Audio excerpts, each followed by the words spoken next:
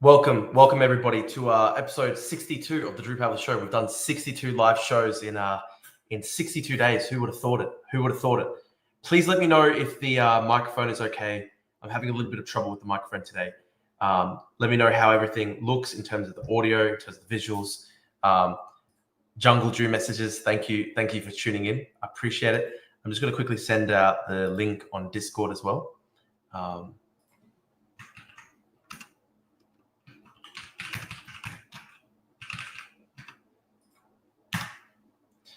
Beautiful. Sounds fine. That's good. I need to fix my microphone. I'm having trouble connecting it today, but it's okay. Apparently it's all right. That's good to hear. It's good to hear. I'll also just post the link on my Twitter too. There's a lot to cover today, a lot to cover on the Drew Pavlis Show. Welcome to the beautiful palace of my mind. And it's a pleasure to have everybody here. It's going to be... It's going to be a great show. Very funny comment by Shag Zadeh that I'm going to bring up on the stream about it's sort of Persian-Arab rivalry. Someone says, fuck, it's cold in Brizzy today. It really is, eh? It's so unbelievably cold. Hang on.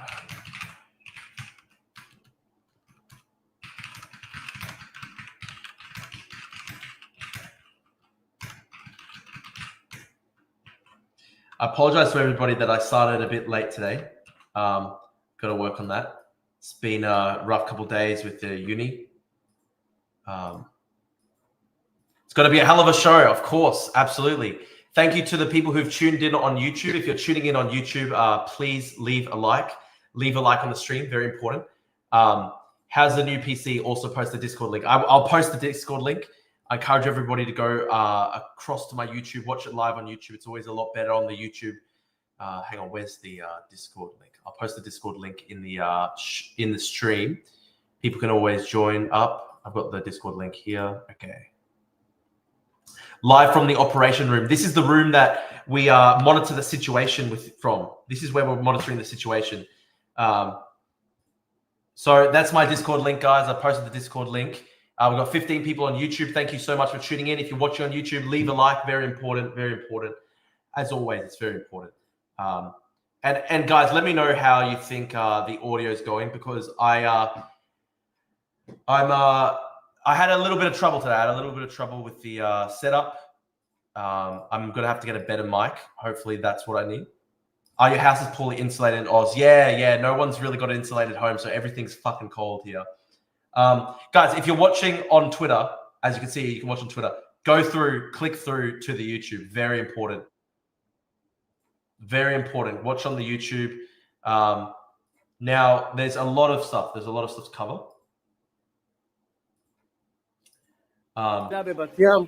אנחנו פה כרגע בפינוי פצועים. אנחנו עולים למעלה.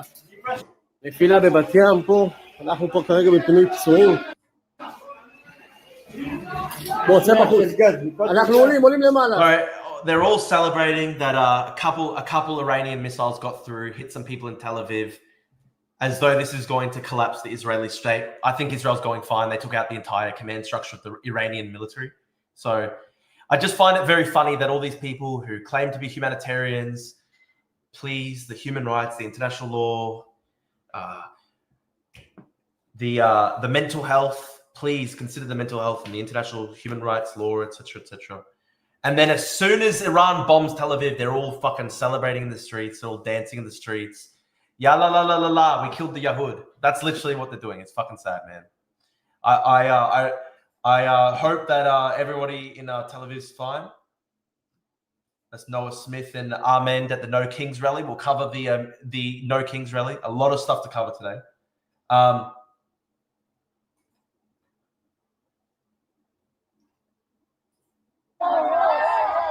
Oh my god! This is actually sad for the pro-Western Hamas guys. They went to Egypt for the. Thank you, Sami Yakub, for reposting the stream. I appreciate it, bro. Thank you for sharing. If you're watching on Twitter, guys, I say go to my YouTube. It's very important to go to my YouTube. We're building up the YouTube. It's very important. The March to Gaza thing is the funniest thing in the world. A bunch of like white leftists from Europe, they all went through to Egypt. They tried to cross the border into Gaza, and all the Egyptian police are just smashing them. And they're like, they're just confused. They're like, why isn't Egypt helping us kill the Yahud? They don't understand.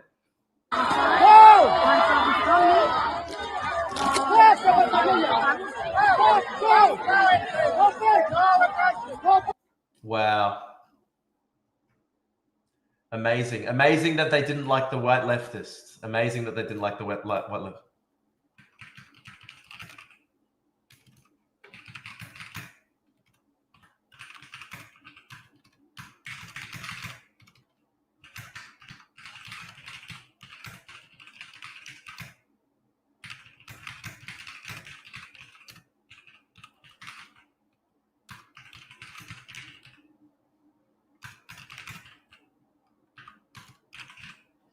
Don't you think, guys, don't you think it's amazing that the people of the Orient didn't immediately heed the white leftist revolutionary call for jihad? I can't believe it. Who would have thought it? Drew, do the Nazi weirdos who hate you get a lot of mileage out of rhyming your first name with Jew, or does that not come up? I mean, they try that. I think they try that. I mean, it's very low energy. If you're going Drew the Jew, that's so low energy, guys. That's fucking low energy. You can think of so much better stuff than that, okay? Drew the Jew, that's low energy. If that's the best you can do, that's fucking amazingly low energy. Western liberals think every Islamic person is the same. Just a few minutes of research would tell them the Egyptians built a wall. Incredible. Yeah. Isn't it funny? None of them realized that Egypt has a wall with Gaza. Not a single one of the white leftists realized. They all thought, oh my God, the Arabs will heed our call for jihad and revolution. And unfortunately for the white leftists, they were not immediately brought in to start a revolution against the Jews. Greta got a nice sandwich from the Israelis in a paid flight home. The white leftists getting locked up. Yeah, they had it pretty tough. Imagine going to Egypt and being like, I'm going to take on the Egyptian police state to try fight Israel. Fucking geniuses, right? Fucking geniuses. I wouldn't mess with the Egyptian police state. They're kind of scary. The Mukhabarat, I would be fucking scared. Like the Mukhabarat in Egypt have fucking tortured Westerners many times. I'd be fucking terrified of the Mukhabarat in Egypt. Imagine going to Egypt and being like, yeah, I'm just going to take on the fucking police state. What the fuck are these guys thinking? Guys, we've got 32 people watching live on the YouTube stream. Thank you so much. If you're watching live on the YouTube stream, please consider liking the stream. Every like helps us a lot. Every like helps a lot. I think we've got 13 likes on the stream. YouTube will then be able to recommend us to more people if you leave a like. So I'd really appreciate it, my friends. Very important, very important. I hope that we can build up the stream a bit.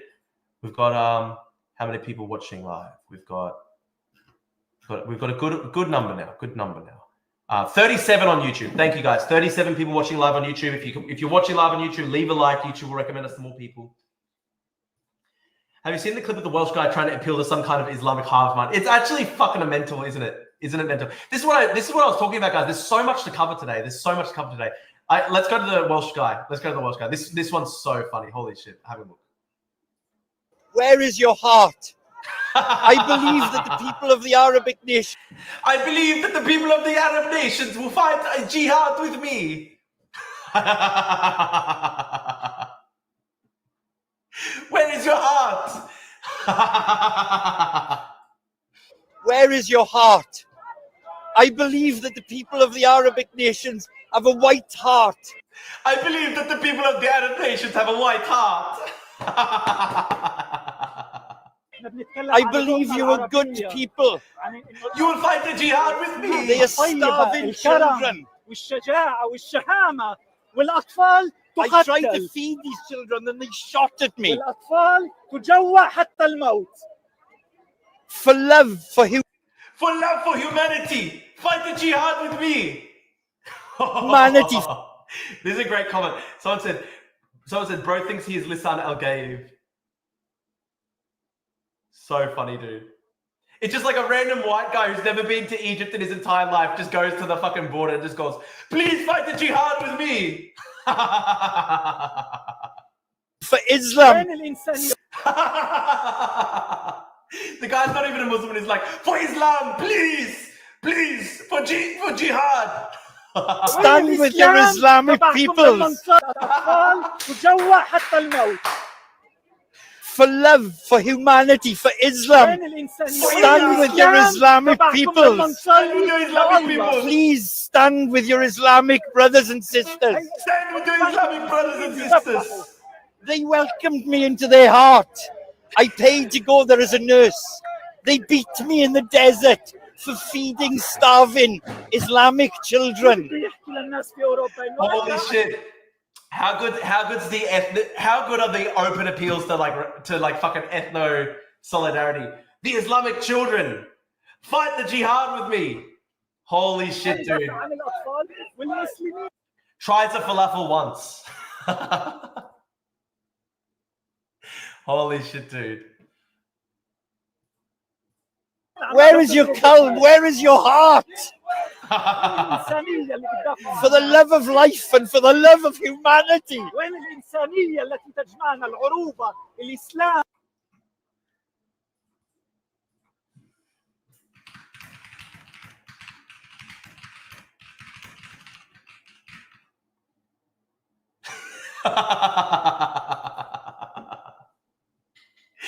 I played one of my Jewish mates in FIFA and they beat me. I immediately go to the border in Egypt and go, please stand with me for Islam against the Jews.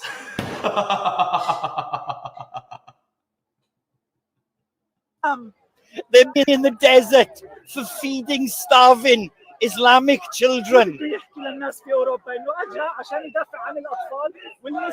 Where is your calm? Where is your heart? For the love of life and for the love of humanity. They're babies and women. The women are trying to feed their dying babies and their breasts are empty. Do you know what that smells like? Oh my God. Do you know what that sounds like?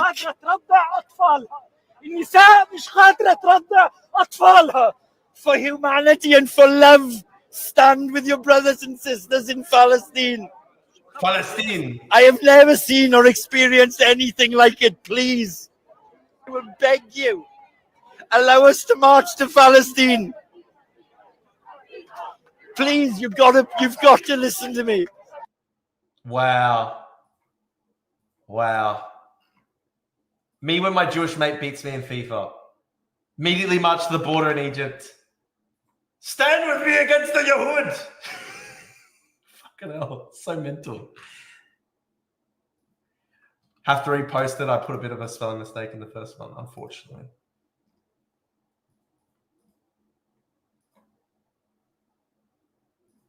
Where is your heart? Me when Daniel Levy sacks Edge past the Cognitive.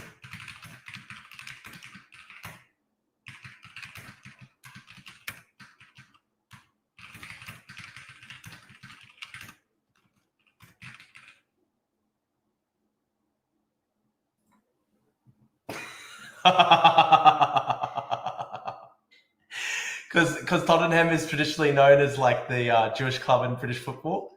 So me when Daniel Levy sacks Big Ange, the Greek Aussie gaffer. Of the Arabic nations have a white heart. I believe you are good people. They are starving children. I tried to feed these children and they shot at me. For love, for humanity, for Islam. For Islam! This is literally me when Daniel Levy sacks Andros Okoglu from Tottenham. Immediately, I go to the Egyptian border with Israel. I start yelling at the border guards. Let me in! Let me fight the Yahud! Oh my God, dude. As soon as Tottenham Hotspur sacked the Greek Australian football coach, I'm off right to the border with Israel, to the border guards in Egypt. Fight with me for Islam against the Jews! I'm sorry, guys. My mic's not as good today. I've got to get a better stand.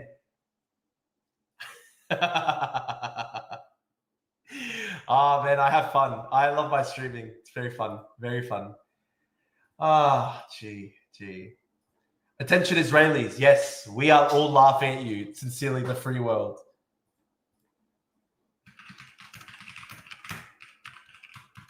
Oh, I can't say that.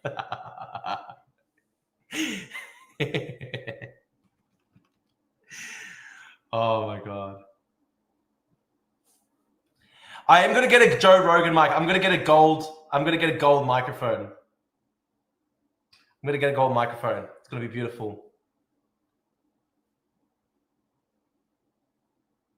Got 41 people watching live, guys. Thank you so much. Please leave a like on the stream.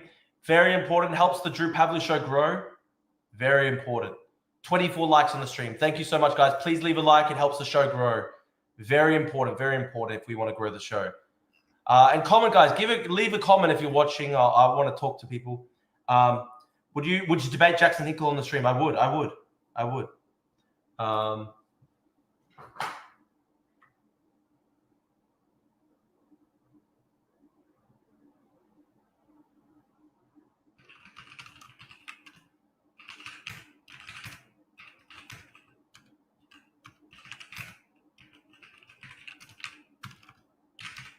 Please fight with me against the Jews. Does Christian Drew pray for the rapture? I'm not like an American evangelicist. I'm not praying for the rapture or anything.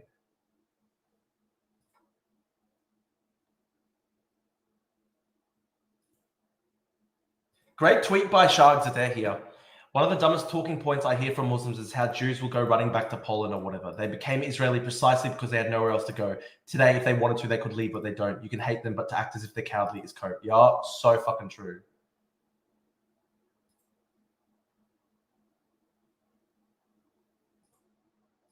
How many times have we heard? Fucking hell, dude.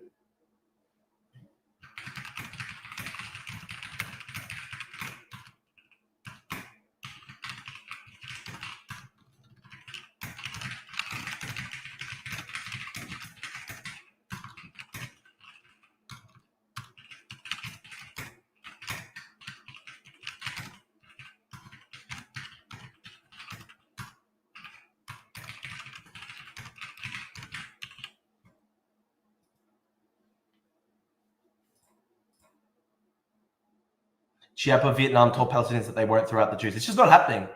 What are some Aussie politicians, not even in parliament, that you believe could be PM? Make a long-term bet on some blue chip prospect, Drew.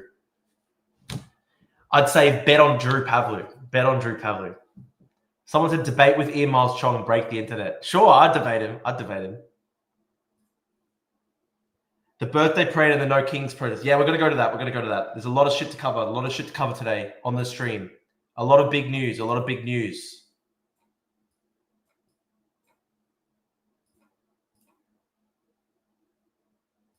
Drew, is there a single political party in the entire world that you support? Great question. Nobody knows. I don't even know myself. Sometimes I don't even know if I support myself or my own views. One day, within me exists 4 different political parties. Within me as one person. You could put me in a room and I could form 5 different political parties. Because I have different political tendencies wrestling with each other within me. Within me alone, all contemporary political developments exist. It's very true, very fact check true.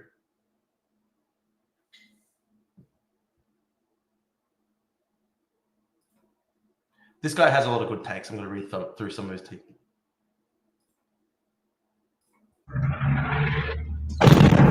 Oh. Someone said that's called schizophrenia. No, it's called being a genius, mate. Whose career should we watch with great interest? Look, in the Australian Parliament, I'd say Andrew Hastie, Andrew Charlton. Who else? Andrew Charlton and Andrew Hastie, I'd say, are the 2 big ones to watch over the next time. And Sam Ray as well. There's a couple.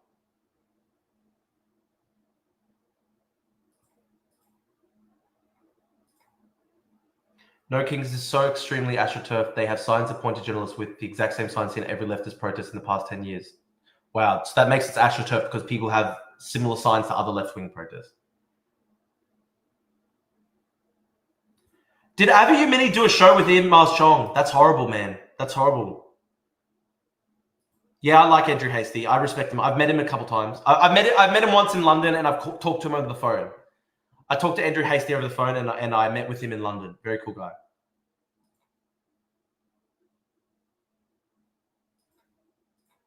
How crazy is this, guys? Whoa. That's brutal. Imagine if you were driving and that just came up in front of you. JDAMs. Wow. Yeah, Israel has full air superiority over Western Iran. That's crazy.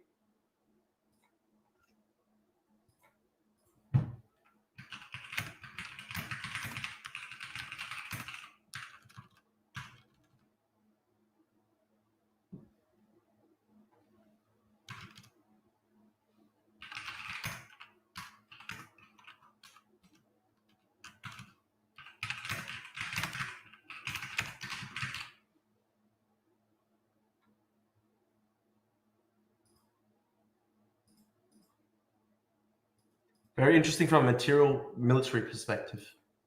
Let's see.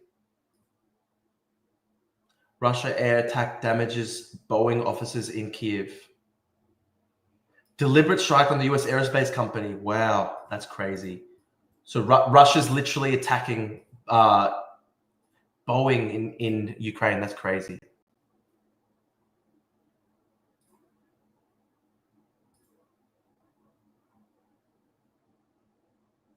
Can you drive, Drew? Of course. I've known how to drive for like 8-9 years. That's how bad Soviet-style air defense is. Damn.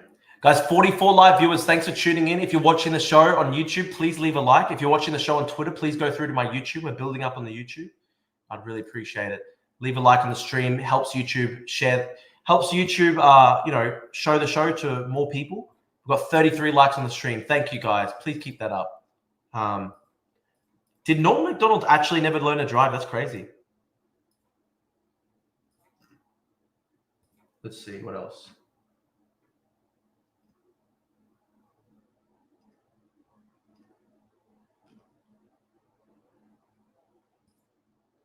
My guess is that US involvement might make dealing with Fordo easier for the Israeli, but it's likely that Israeli strategic planners at this point have a plan B for it. There's more than one way of destroying access to a facility.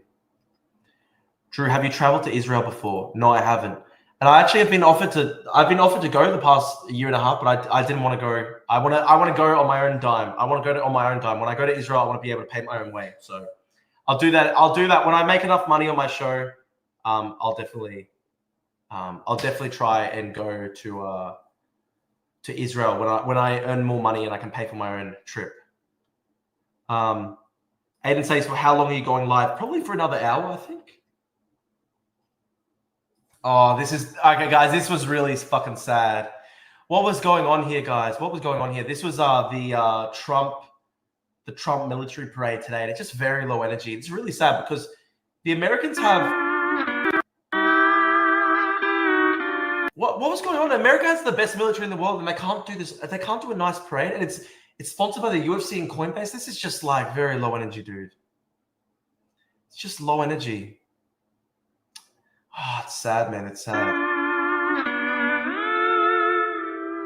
Oh, dude, that's horrible.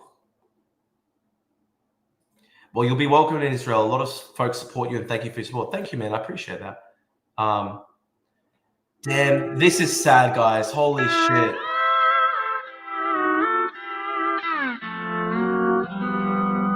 That is so low energy, dude. That is so low energy. What the hell?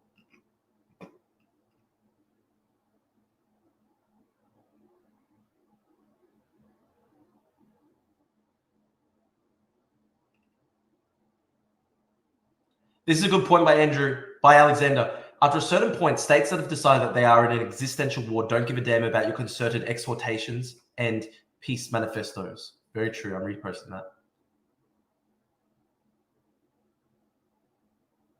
It's not going to de-escalate, guys. It's going to keep going.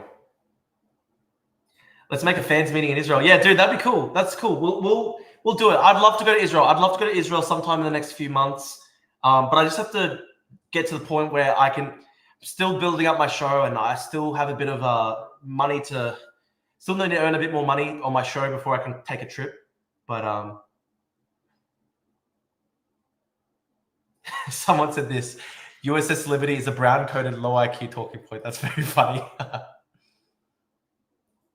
Drew, why are you so anti-Trump when Trump is so pro-Israel and you're so pro-Israel? I don't like that. I don't like that Trump is anti-Ukraine. That's a huge thing for me. I really, really dislike that Trump is anti-Ukraine. Yeah, you have to practice for marches.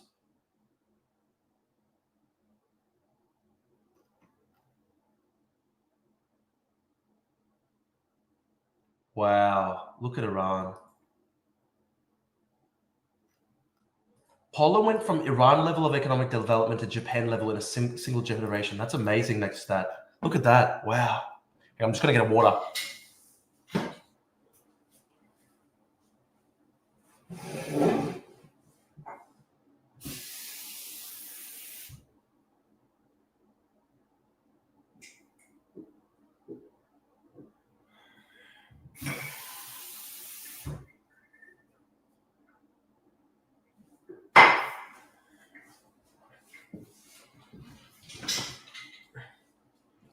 How you guys going?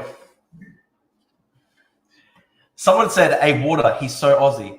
What's Australian about saying a water? How do other people say it?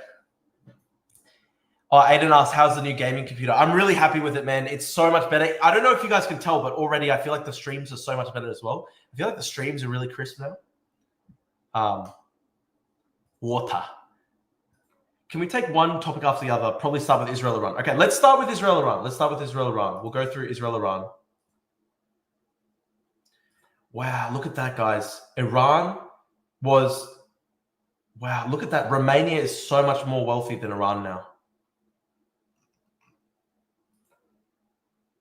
Whoa, look at Syria. Holy shit, Syria was better off than Romania for a long time. Wow.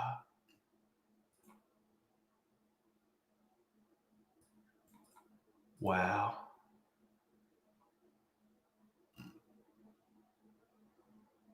Wow, and even Lebanon. Wow. Just collapsed. The Four Horsemen. Wow, the Middle East. Just a disaster, isn't it? Crazy stuff.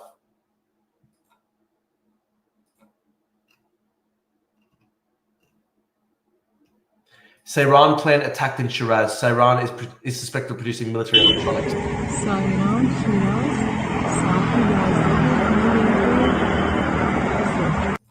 We say war da. Americans say war dur. Yeah, true. That's a good point, actually.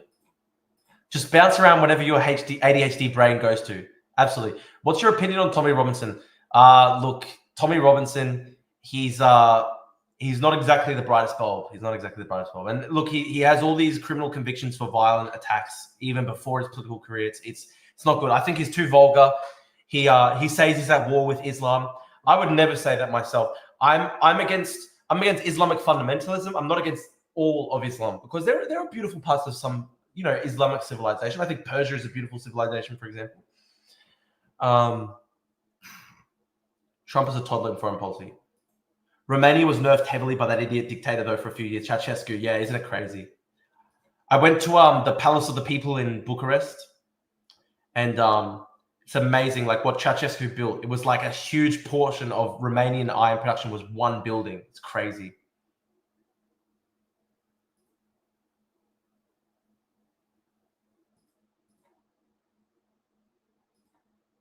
Warhawk drew lust for the blood of dead soldiers. So true, bro. Lol. Okay, ADHD wins. Sorry, guys. I've got ADHD. I jump from one topic to the next.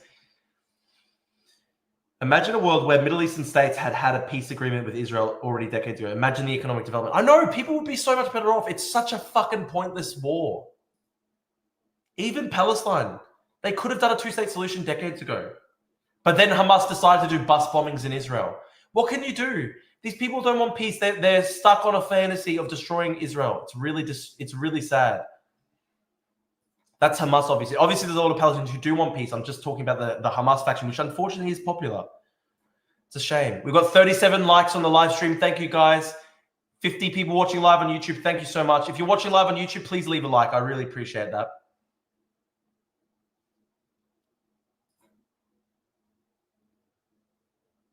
Someone says, I'm against Islam except for the Sufis and Alawites. It's funny because the Islamic fundamentalists would say both Sufis and Alawites are not true Muslims. That's what the Islamic fundamentalists would say. Who's your favorite misunderstood dictator, Drew? Lee Kuan Yew. He's not really a full dictator, but he was a pretty good leader. Will Israel bomb the Iranian oil facility? I think they've actually started. Drew, was Gaddafi's fate justified, or is the footage reflective of something gross and wrong? I mean, he massacred people for years and years and years, so it's very unlucky for him that he lost and he died. It's very unlucky for him. It's his fault.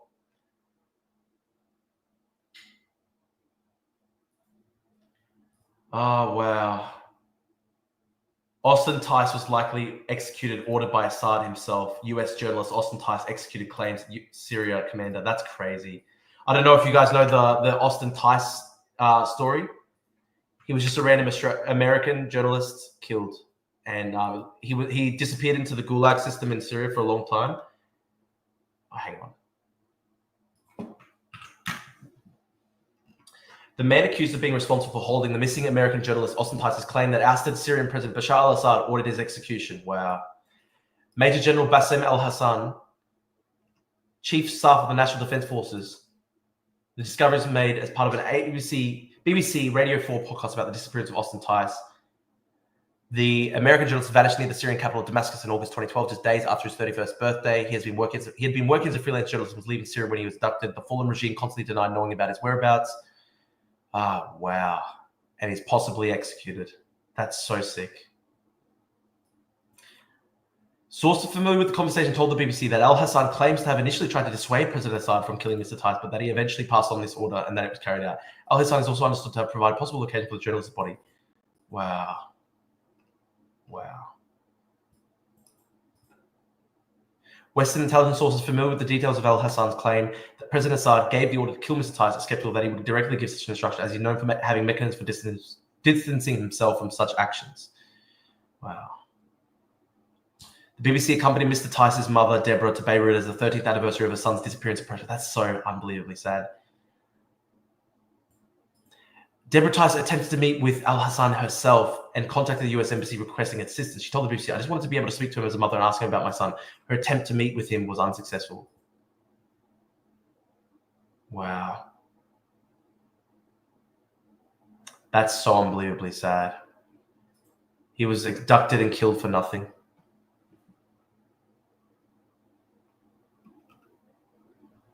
Wait, new Iran launches apparently right now. I'm an American Buddhist. I follow the teachings of Golden Era S29 Homer Simpson. What's it? Honestly, I would love if more Israelis active online could talk to you on your program. Things are very heated in the Middle East. Yeah, I'd love to have some more people from Israel on. I'd even have people from Iran on as well if they're not too crazy. My boy, Drew Pavlu. Oh, hello, Peter. How you going? Yeah, your Stashi boy, Peter. Moussaka is a great Greek dish, by the way. Iranian attack on Israel right now. Okay, shit. Let me try to find this.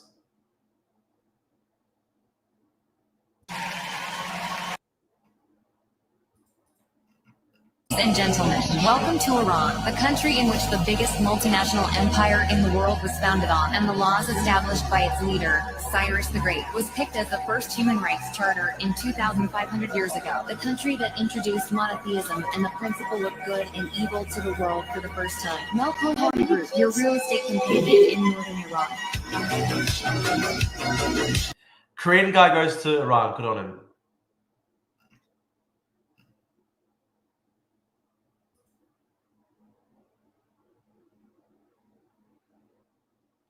Unfortunately, Keith Woods is correct there. That's unfortunate.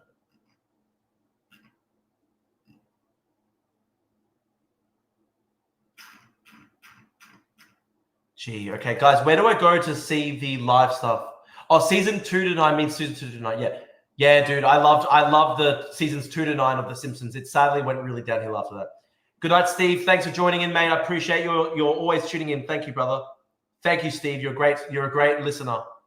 Where do I find this thing? I actually agree that the Gruen Gangs is Britain's Chernobyl. We are having to, of course, you hold, they hold our passports. The people had heat disease. Okay, hang on. I'm going to go to a live feed on YouTube. Wow. Nir David, Muki Black, Magen Shaul, Bet Alpha and Heftiba, Ram On, Sandala, Gan Ner, Sedeh Nahum, Hamadia, Hever Settlements, Yael Settlements, Nurit, Tzvaim Industrial Zone, Gidona, Tel Yosef, Bet Hashita, Omen Settlements, Yisrael, Kfar Yechezkel, En Harod, Bet Yosef. Drew, you are to me what Rush Limbaugh was to fat middle-aged construction workers in 1994. Okay, bro, cool. Dude, I'll be the non-insane, mentally ill like Rush Limbaugh. Okay, that's good. We're gonna create this, we're gonna make this into a beautiful radio program. We're gonna make the Drew Pavlis show the biggest show in the world. It's gonna take some time. We're gonna get there, guys. We're gonna get there. It'll be beautiful. I fucking love it. Where can I watch this shit live, guys?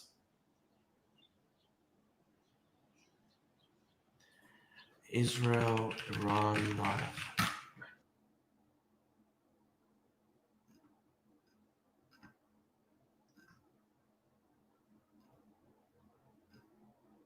Guys, what should I put on live?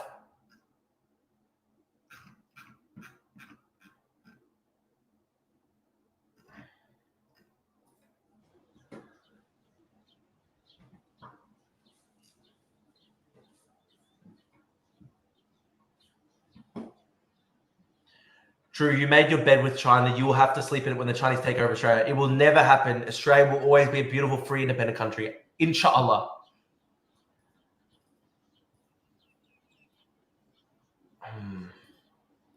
Nothing here. This seems a bit sleepy, actually.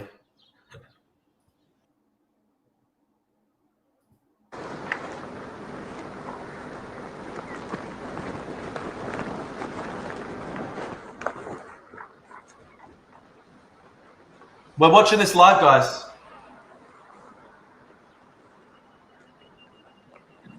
There were sirens over Haifa.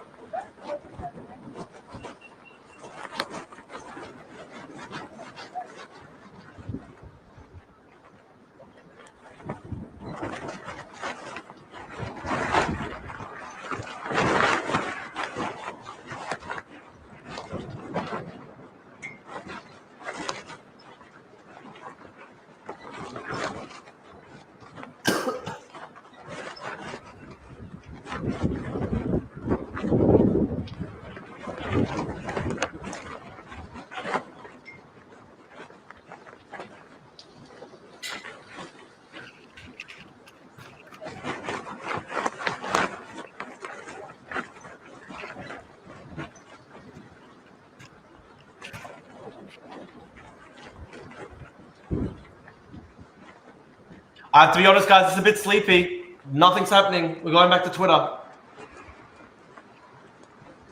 I'm going back to Twitter because that was very sleepy. I'm hearing reports that central Israel has been targeted.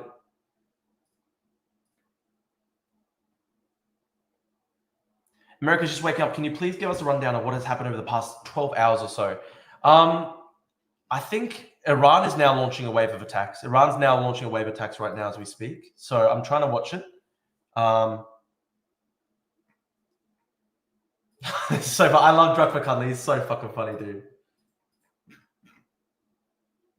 Convoy of white people in Pakistanis arrives at border wailing about Gaza. Man asks me where my heart is, starts whipping him. Burbles about something in human right, keep whipping him. You can't do this, nobody does this in the West. Keep whipping him. Local throws bottle.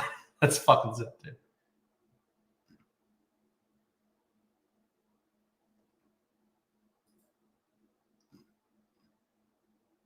Amazing, amazing stuff, isn't it?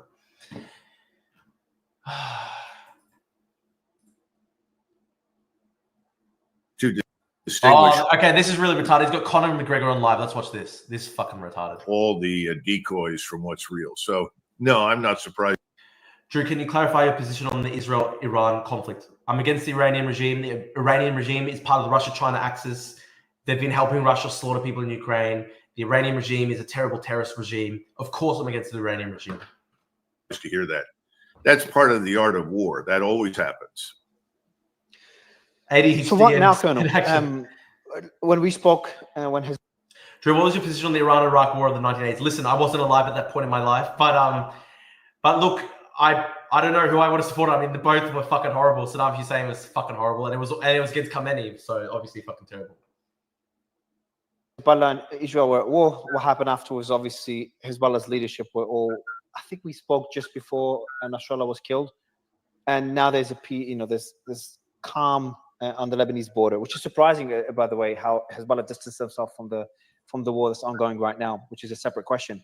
But what happens now between Iran and Israel? Does that continue escalating? Could that become into a regional war? How can Iran retaliate? And how far will Israel go? Well, this depends at this point very heavily on the United States and what decisions made in Washington. I'm sure the Israelis have concluded that they cannot achieve their aims. And their aims, in addition to regime change, also include destruction of the enrichment facility and the nuclear capacity that Iran has developed without us. In other words, if we don't come in and help them, they can't achieve those aims. They need the GBU-57, the bunker buster bombs. Yeah, well, not just that, but there are many, many missiles.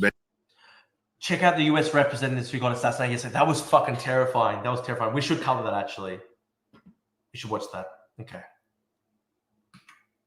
Okay, let's go to that. Minnesota. That was fucking horrifying. That really was. Hang on. I'll go to a YouTube on that.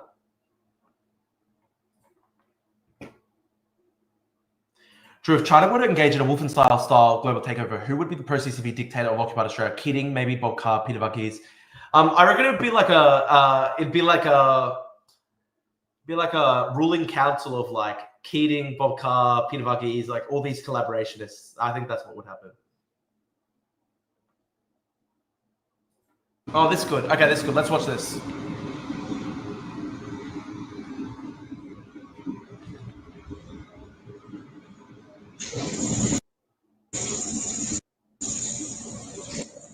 Creech says this, when America was a proud country, we did not hesitate to act in Desert Storm. I wish I was alive to see my country act boldly again. Instead, we are infiltrated with anti-Americanism. I yearn for Clintonism. The West has really declined, unfortunately.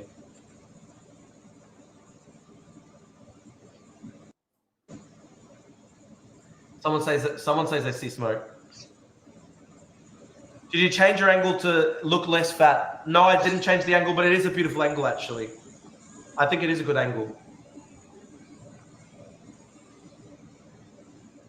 We're not seeing anything, guys. People said, "Oh, tune in to the live camera feeds." I haven't seen anything yet. This is maybe a little bit sleepy.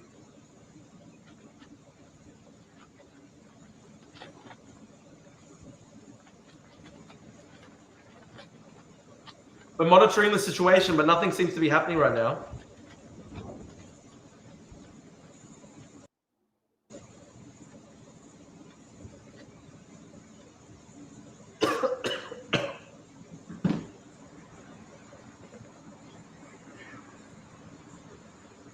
Tehran, yeah, smoke over there. Nothing seems to be happening. Guys, if you're watching the stream, leave a like, please. Leave a like. The Drew Pavlik Show needs you to leave a like. It will be really helpful for growing the reach of the show. I think we've got, how many likes have we got on the video right now? We've got 44 live viewers on YouTube, and I think how many likes? 43 likes. Thank you so much, guys. If you're watching, please leave a like. It will help us reach more people. Nothing seems to be happening. Nothing seems to be happening. This is a little bit sleepy, guys. A little bit sleepy.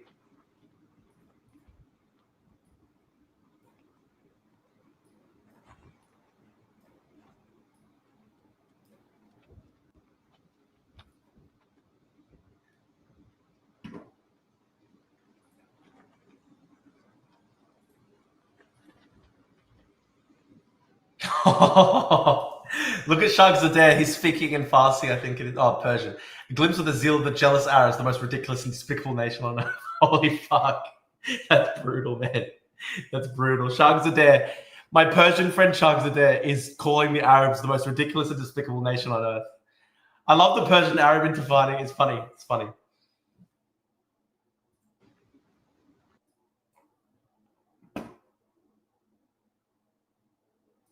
When do you expect to hit 10K on YouTube? Hopefully in a month or so. We've been growing. We've been getting about an extra 1,000 subscribers a month. I hope I can reach 10,000 soon. Someone says Netanyahu fled to Athens. I don't know if that's true, bro. I don't know. Where did you read that?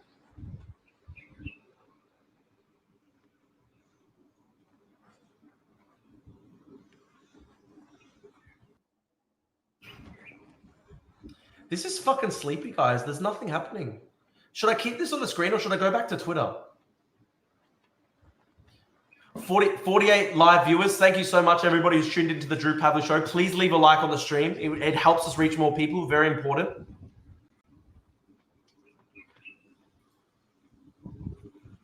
Over on Blue Sky, users complain that the alt-right is copying the Nick 30 Ants meme. Holy shit, like the right wingers created the Nick 30 Ants meme. Okay. The chat's saying keep it on the screen. Okay, we'll keep it on this so that we can monitor the situation. We're monitoring the situation. This is what it means to be a bloke with autism. You have to monitor the situation. We're monitoring the situation on fucking 50 different monitors right now. It's very fucking important. Hey, Drew, not a criticism. Why do you focus on the crazy regime in Iran, but not so much the excesses of Israel in Gaza? Listen, I don't like Netanyahu. I don't necessarily like all the actions of the Israeli government. I think they've been too brutal to civilians in Gaza. That said, though, I mean, they have been surrounded by... They were fighting a seven-front war for the existence of their future country. The surrounding nations all wanted to genocide them. They're fighting very hard to just exist. If they lay down their arms, Israel gets genocided by the surrounding nations. So Israel's fighting for its existence.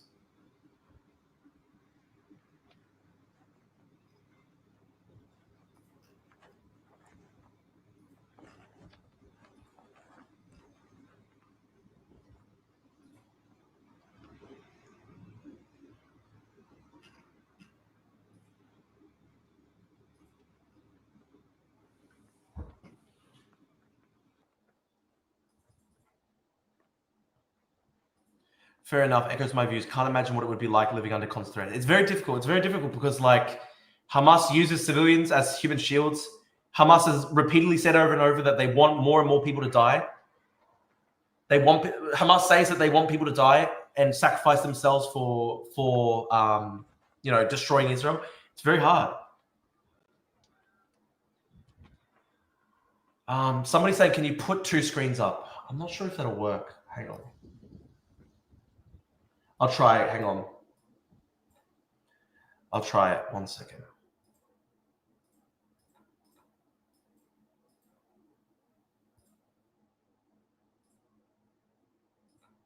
Oh, okay, this is beautiful. All right, yeah. Beautiful. We got the fucking beautiful tab situation now. Okay, beautiful, beautiful. Okay. We're monitoring the situation and we're going to go through. Dude, Druck McCunley is a very funny guy. He's a very funny guy. I really do like Druck McCunley. Iran folded like a lawn chair after just 2 days of Israeli operations. Imagine.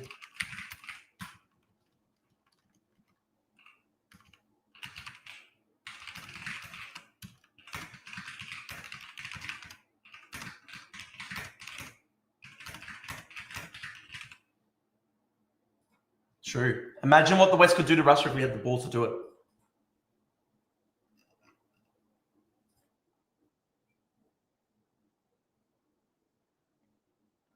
Monitoring the situation in light mode. Why is everybody against light mode? How do I change it to dark mode? I'll change it.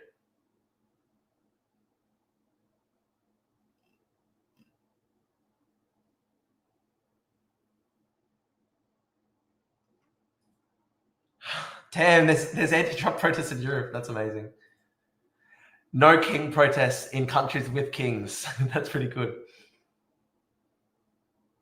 Does Quentin Tarantino live in Tel Aviv? I didn't know that. I didn't know that. Quentin Tarantino lives in Tel Aviv.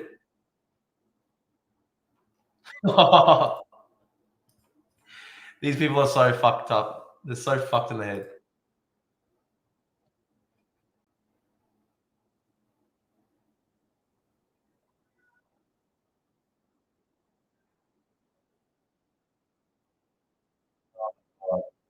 I was actually chanting posted him. That's crazy.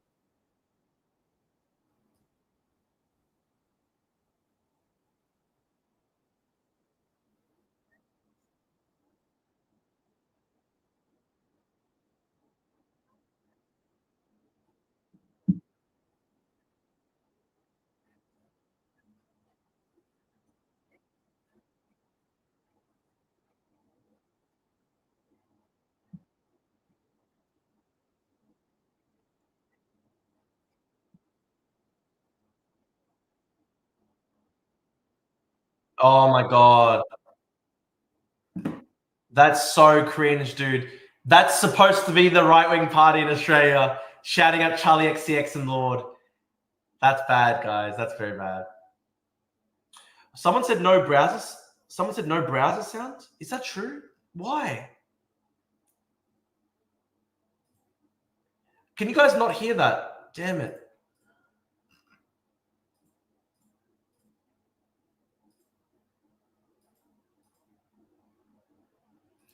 Interesting. So this is the defense editor at The Economist. No, someone's saying the browser got sound. Okay, that's cool, cool. No worries. Thanks, guys.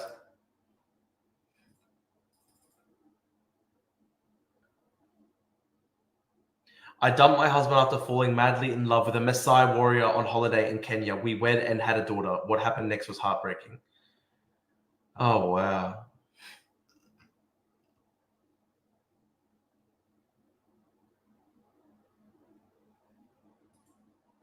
In 2005, the same year Cameron was elected as Tory leader, ITP held a pop idol-style contest to find a new prime minister. The man who won by public vote was to the right of the BNP. He made the BNP look like tofu-eating liberals.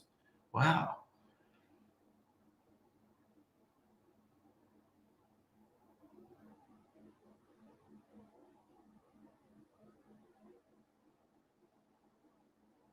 Wow, that's mental. He won the competition on the strength of what he calls his Cabbie's Manifesto, the mandatory castration of pedophiles, the legalization of all drugs. Wow. The repeal of the Human Rights Act, a massive prison building scheme, and an immigrant deportation program that would reduce Britain's population by 20 million. Holy shit. Oh my God.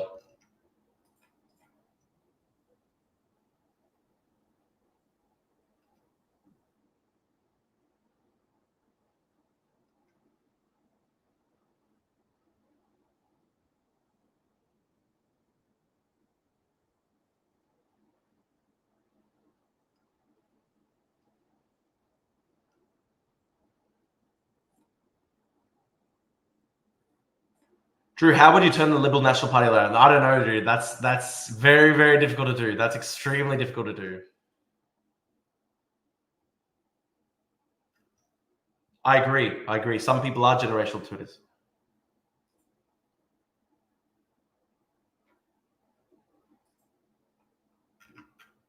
Can you hear now, guys?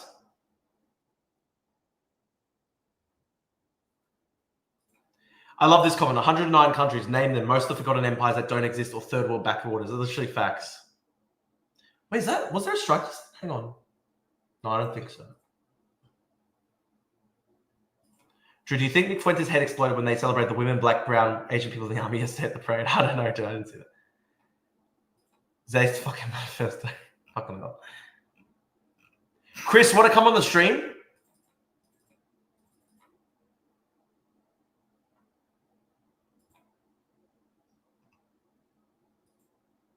Someone tried to edit my Wikipedia page to call me a far-right activist that promotes the great replacement theory. Just fucking mental, hey. Oh my god, people are fucking mental. I'm literally a moderate centrist. Okay, Chris, I'll send you the link. It's always good to have somebody join. Hang on, I'm going to send Chris the link.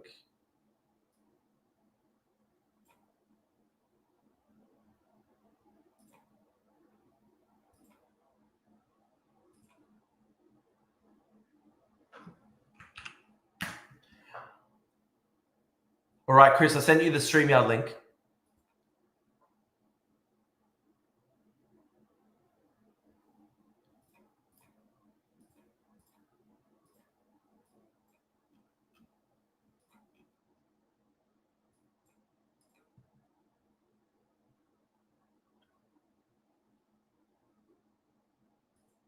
Wow, they're attacking Zoran, saying he's not a socialist. Amazing.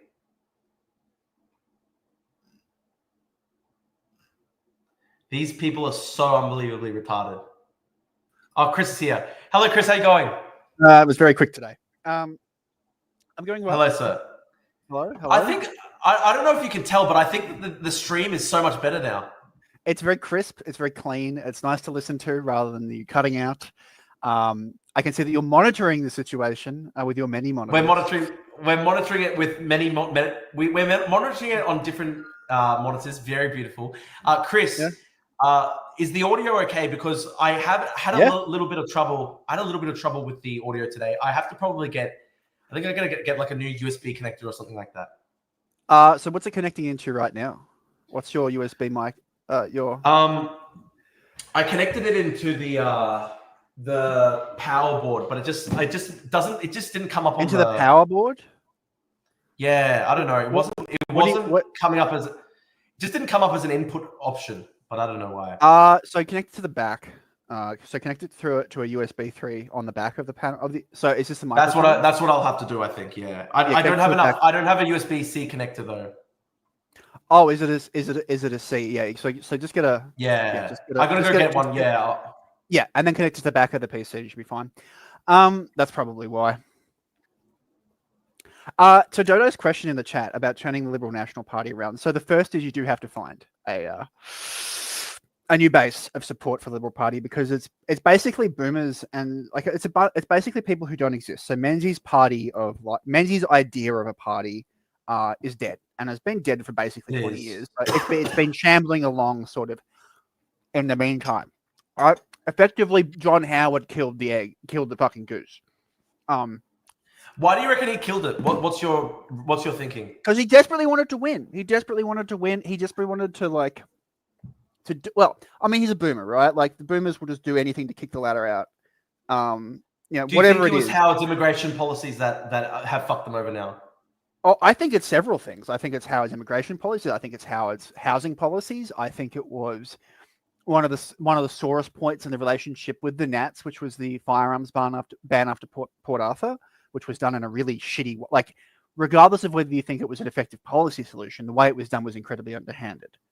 And that remains to be a sore point of contention with particularly some of the Tasmanian, some of the East Coast Nats, which are not the Liberal National Party in Queensland. And there are a couple more things which Howard did.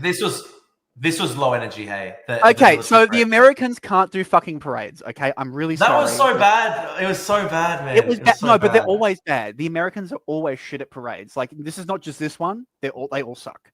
There was only the only good one I've ever seen of you, and I've watched a lot of American parades because I'm a fucking autist. The only good one was after the Gulf War. That one was sick. The first Gulf War. That was a sick parade. I remember that parade. They did well. Let's watch that, actually. Let's watch that. And even then, the Americans are very sloppy, right? They parade sloppily, right? And it's not just like, it's just sloppy. And then that's always been this, like, they're sloppy. The American army that is what they are. The British do it well. The French do it immaculately. We do it quite well. Oh, the French do it beautifully. The French do it. The French and the British do it magically, and the Americans for some reason have just not picked up on that. They're just not. I haven't seen Australia do it before. Hang on. So let's see. The Gulf War. Wait, Gulf War Parade victory. Yeah, this was a good one. Yeah, this was banger. But it's still, but it only worked because they're in mass, right? Like, it worked because it was like a mass thing, right? Even then, they're not like, if you skip a little, yeah. See, they're not. Yeah, so they needed. Well, it was an army only parade, and like America's best shit is in the Navy and the Air Force. So yeah, I know. Why was it army only? It's weird. Because it's the 250th birthday for the army, right? Yeah, I know. It just was sleepy. The way they did it was so sleepy. Next year's 250 year one, I suspect will be good. Because like one, they'll learn from this one, and they'll have no like sponsored by like, you know. Yeah, I was waiting for the NordVPN ad in the middle of the fucking parade. You know, ground news during the parade. You know, see what our troops are doing and whatever. It was just, yeah. And the Americans can't parade well, like in terms of infantry. Like any of the like South American nations do it better. Chile. But they have a German marching tradition, but even some of the Anglo marching traditions in South America are perfectly fine. It's the Americans don't focus on it except for their military colleges, and then they all forget, and they just don't do it again. It's not true. It's not drilled into them. Have you seen this one, Chris? This was crazy. Yeah, that one. That was a zonk, dude. This was a direct hit. Yeah, that was a zonk. Damn. Look at that shock. Look at that shock front. That was they're crazy, hey. These weapons are insane. I mean, I assume that was a Shahed. Sorry, Shahed? Yeah.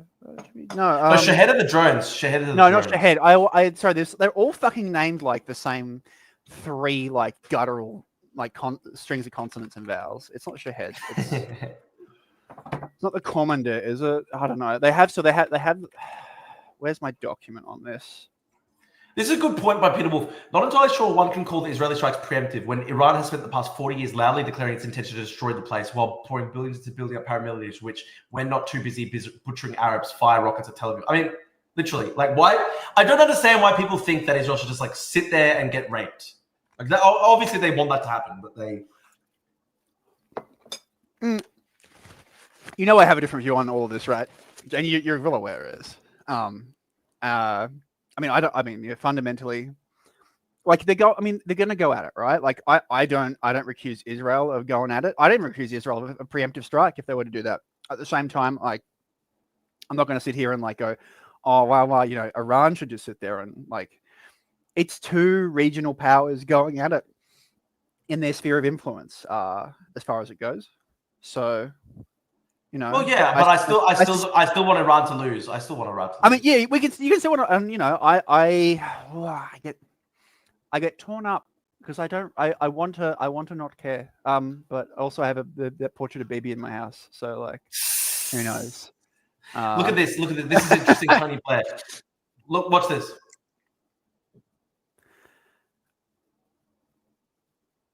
Yep. Well, Tony's like shit. Okay, yeah. gotta quickly reverse this one. I'm about to get a.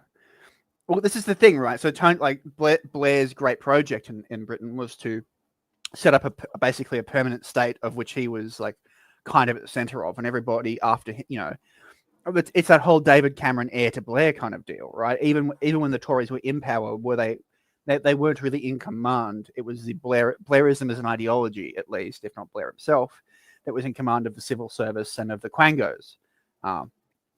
So therefore, like, he knows that if he wants to remain any kind of relevant, he needs to fucking do it, because he's smart. He's not stupid. He can read a room. Like, he's a consummately exceptional politician. He might be evil. It's just crazy. It's just crazy though. He's good at what he does. He's making a good point that they sorted out young Italian students taking like a 2-3 year gap year, and they sorted out with people from really, really poor parts of the world with not much education. It's just obviously a disaster. It's beautiful. I mean, it's beautiful. I mean, look, what a genius policy. I mean, look, I don't trust, like, he was all on board for this until it looked bad, right? That's don't forget that, right? Like, in seeing like either Starmer or Blair do this, don't act like, you mustn't take him at their word, nor the Tories to that. Hang on, what's this? What's chopped man epidemic? Let's see this. Hang on. What's chopped man epidemic?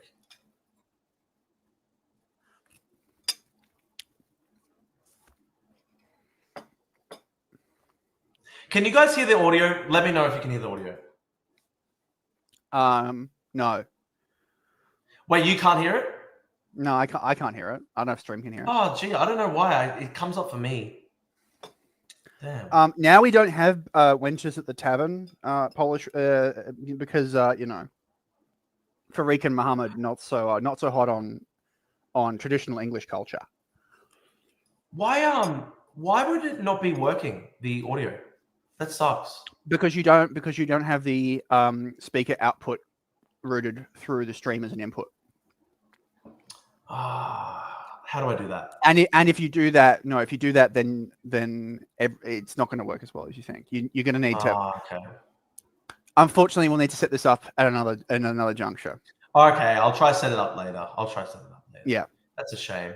There's still a little bit that we need to do to improve the stream. Someone asked you, what are your thoughts on the French Foreign Legion? Look, sick. I mean, look, they're good at what they do. They exist as a continuing extension of France's ongoing colonial project, which they still have, which is fine. I'm not going to stop that. I don't care. I'm not you, Drew. I don't have to pretend to like give a shit. No, I'm human rights. I like human rights. Yeah, human rights and stuff. Yeah, I mean, human rights that extend to where human rights have always extended to. So, like, roughly somewhere along the Dnieper. Russian barbarism is not new. So, I think the FFL are a good fighting force, and they've done some reasonable actions in Africa.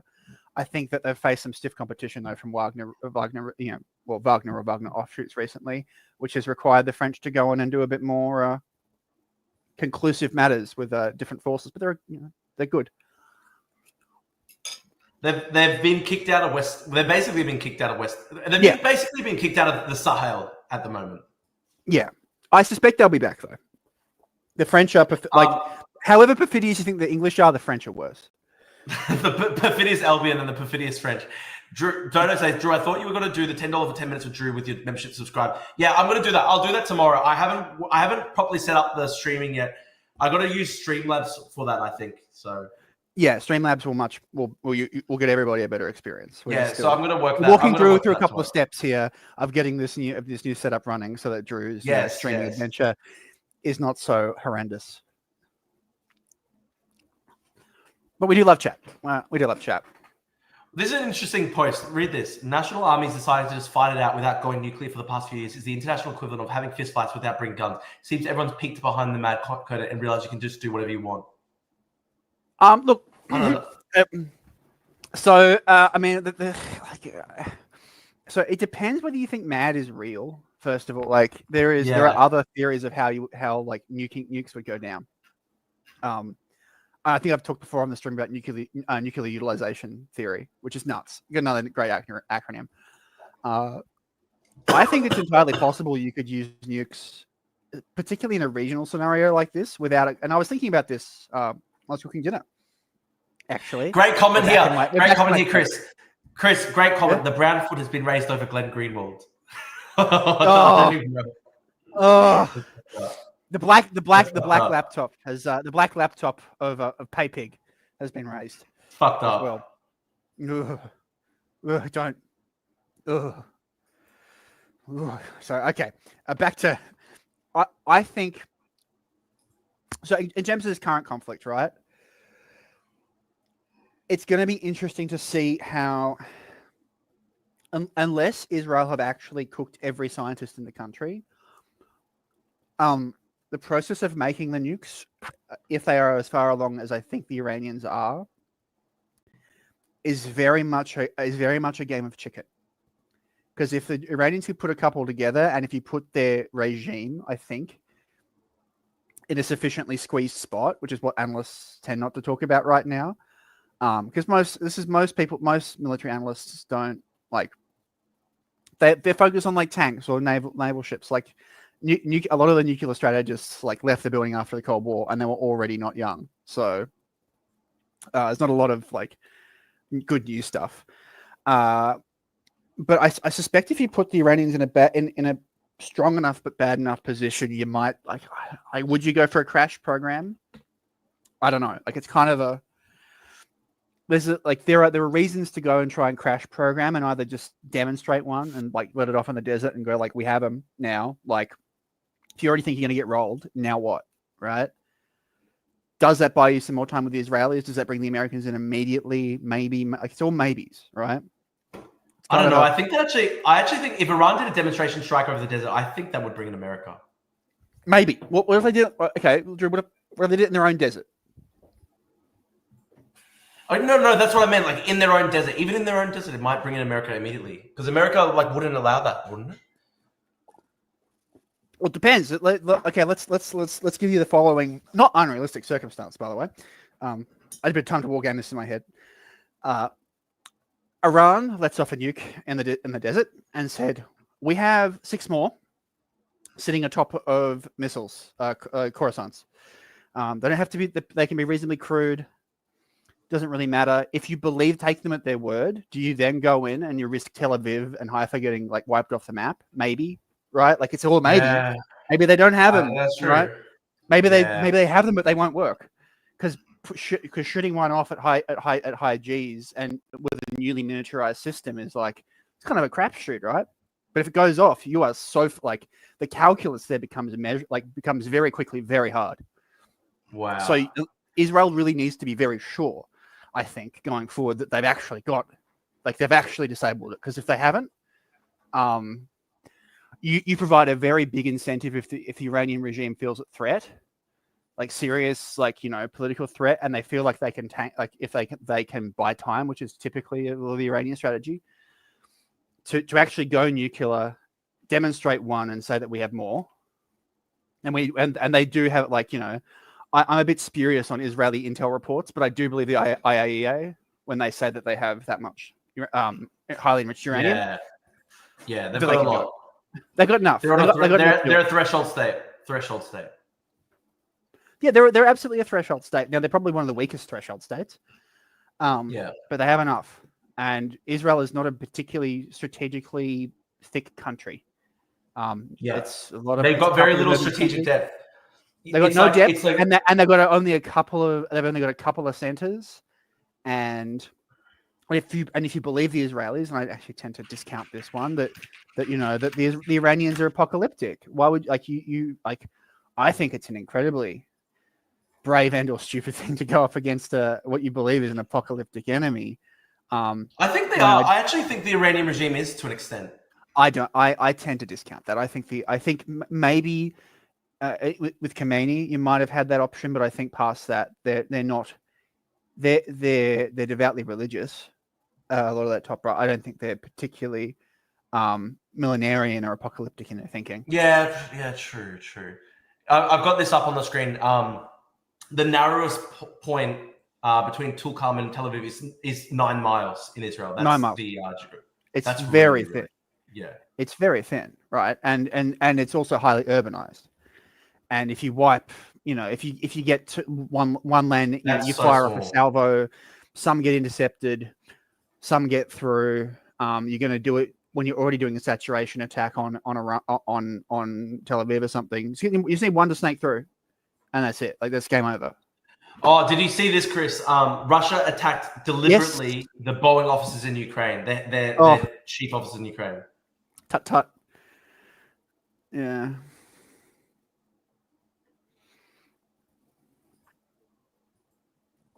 This is a pretty good post. I mean, you have to admit, Chris, that's pretty low energy. The Trump parade.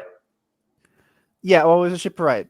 But however, the top one full of people who shouldn't be there is also cool. It's effectively as many citizens at both. Though I did see notable crying about that top one, but I digress.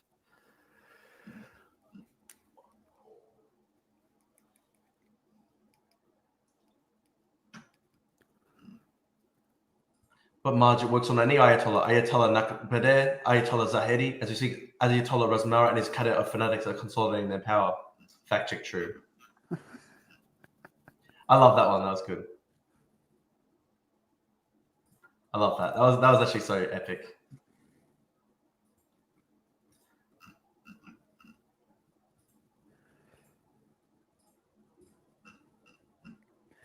Not a missile issue. Oh, I'm selling. I mean, so like, it's not the missiles. No, it's what it's a miniaturization issue for Iran.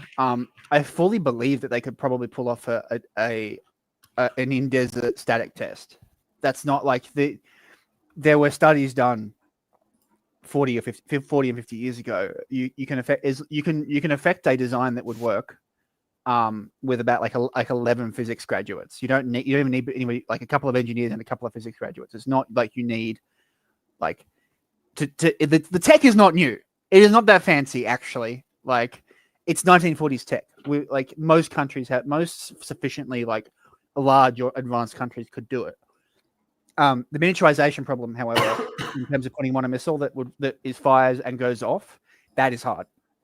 However, if you're fighting the United States, or you're fighting like, China, like you need to have enough missiles going off to get a percentage chance of a detonation to get through. That becomes an issue. If you just need to get one through, then you can like fire off everything and go, well, I hope it works. Of course, if it doesn't work, you're kind of fucked. But the thing is, if one goes off in the middle of Tel Aviv or Haifa, like game over, basically. Like, yeah, I'm sure the Israelis will probably launch back, but like, for what? Where's Rennick's post about Iran? He had some big post today. Maybe it was on his Facebook. How long will miniaturization take? No good. There's no good numbers on that. It's much more testing, right? You really need to do like to get like that's actually where a lot of the public information runs out, because that's harder. Miniaturization.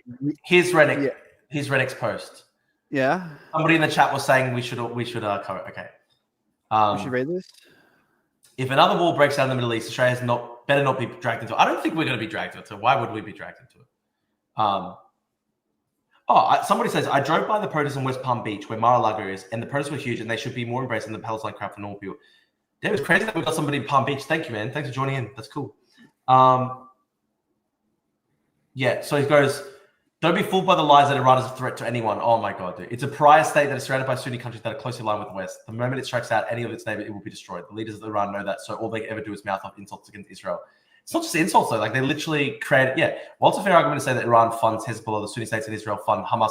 Oh, that's bullshit to say that Israel funds ISIS. He's saying Israel funds...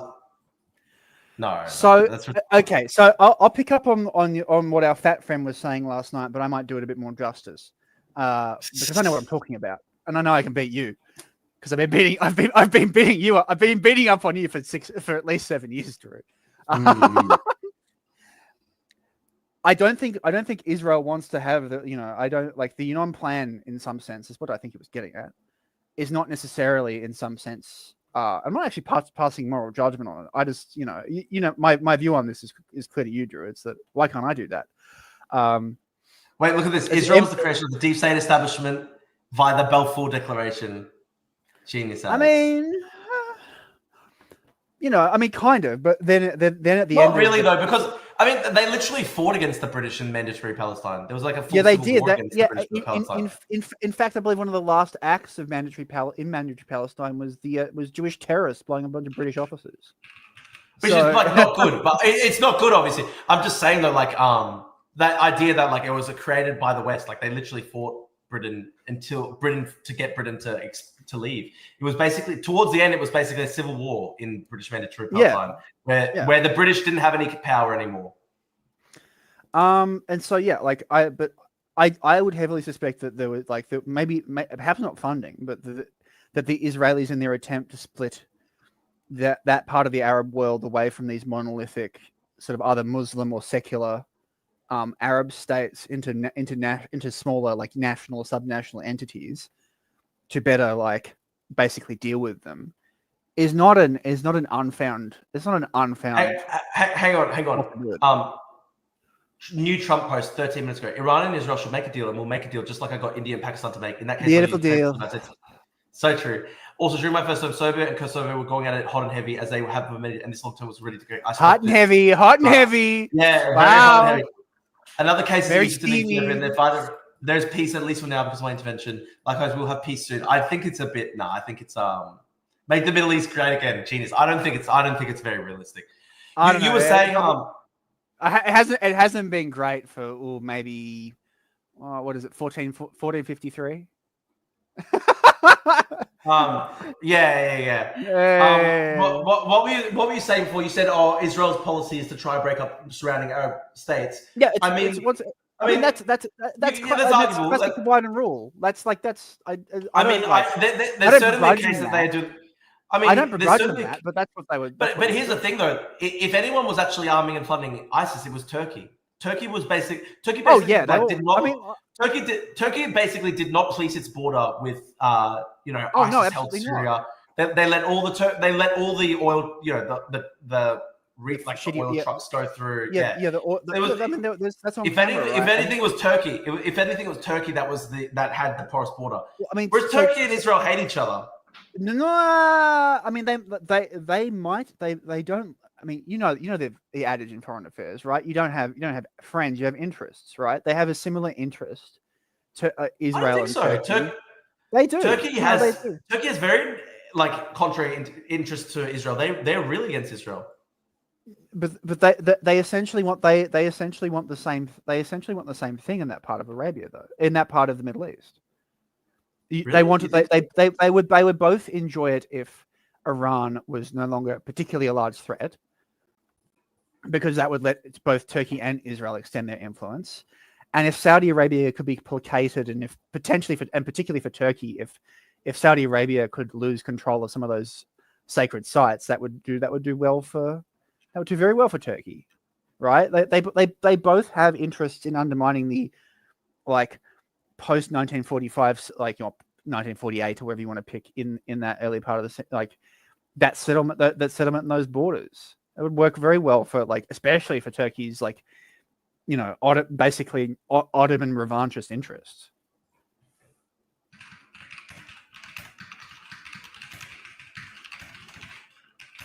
Yeah, they won't ever come to blows. Why would they? I don't know. I sorry, I didn't hear you. I was a bit distracted. Chris, can you say that again? No, I look. Turkey and Israel might diplomatically go rah rah at each other, but they're not going to come to blows because you can work with people you don't particularly love for a common interest. Yeah, true, but they don't have that many common interests. If their common interests is they have very different interests Chris, that's where you're wrong. I seriously think that Israel's whole thing was they would prefer Assad to Jilani because they thought Assad was basically completely toothless. They basically thought it's the devil that we know. But with Jilani, you can basically split you can first of all grab the Golan, a bit more of it. You can split the Alawites off from the Sunni majority. You can make a lot more hay out of having them all split, basically split up. Essentially, what was done in Lebanon, once again in Syria. Have you seen this, Chris? This is the best video ever. Oh yeah, fuck! I find it unwatchable. That guy is so fucking pathetic. I hope I just shoot him in the head. Fuck, it's pathetic. No, it is about. Fuck, it's so bad. Oh, it's so pathetic, though. I hope they whisk him away to an Egyptian black site. Fuck, man. Oh. I said this earlier. I said this earlier on my stream. I would not be fucking messing with the Egyptian security forces. The Muhabbarat are fucking terrifying. I hope they send him to the. I hope they send him to the cell. I'm disavowing. Send that man to the cells immediately. I'm disavowing you. But all I'm saying though is, as a Westerner, I would never fuck with the Muhabbarat in an Arab country. That's fucked up. Yeah, today I will mess with the Egyptian Gestapo. Fucking excellent, dude. I hope. Like they have disappeared Westerners and tortured them before. Mashallah. Again, I mean, sorry. please stand with your Islamic brothers and peoples. Fucking the Ummah, yeah, bro. The Ummah is broken. The Ummah is falling. Please. The Ummah is sending your ass to a black site. Fuck you. The Ummah is working as intended, hopefully. Okay, so chat's asked me to do something. Watch this. Right, from Israel and Turkey fight inside Syria. How do you see this going? It'll be shit proxies, basically. Wait, which one? Where? If Israel and Turkey were to go to blows and it was inside Syria, how would it go? I would expect proxies, obviously. It'd be proxies. It'll be shitty proxies. It'll be one series of beautifully culturally enriched head choppers versus some other head choppers. Maybe actually maybe the Israelis will start funding the PKK or something. It'll be standard proxy warfare. Let's watch this slop. Fuck yeah, slop. I love my AI slop. Eternal president. Thank you. No. Beautiful slop here. Fuck yeah, slop. Beautiful slop. Yeah, the PKK did put down their arms recently. That's why you get to refund them. You restart that shit. Wow. It's great slop. Wow, I'm gonna come. Wow. 2 more weeks, and we'll get to the end of the slop. What's it? 2 weeks? What? 2 more weeks? Don't you remember that shit? 2 more weeks, like in. Yes, yeah, I now remember.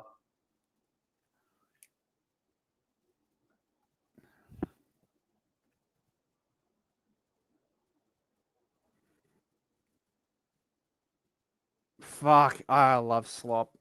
Beautiful slop. Great AI slop. Great AI slop. God, yeah. Much like nuclear weapons, I believe there are things we shouldn't just give out to the world. AI is one of them. I just think people just should can we just turn India's ability to make AI slop off, please? Because it makes certain sites unusable shit. It's not good. We should restrict technologies from just certain regions of the world. Nukes are one of them. AI slop's not I should be able to make I should be able to make tasteful AI edits for my friends. However, 40 million of those defend the West accounts on Twitter should not be able to make that same AI slop. It should be banned. It should be bad. The defend the West one. Fucking situated in Bangalore. Okay, bro. Thank you for that. Defend the West. Defend the West.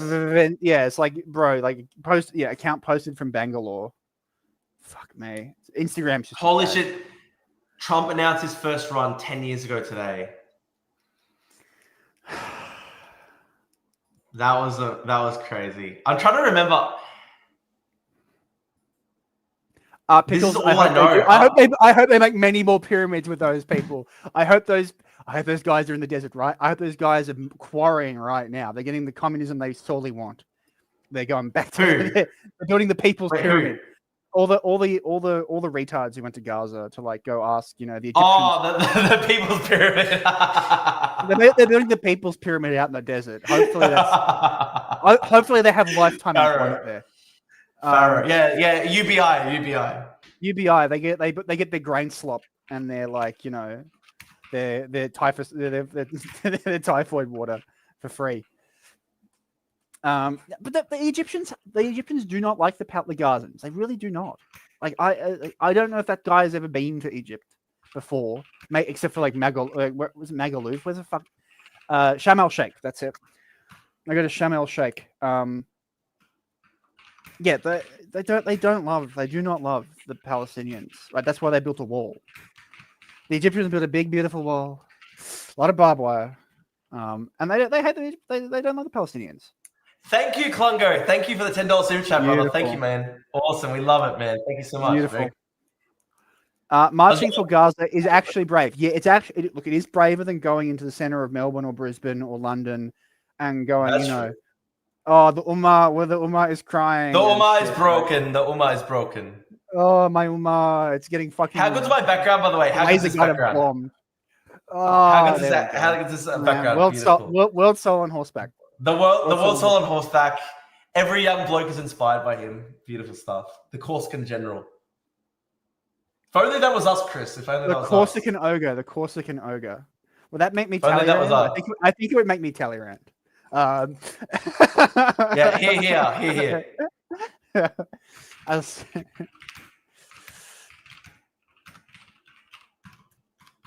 What are your thoughts on the singularity? Will humanity merge with the machines, or reach a nirvana, or a secular religion?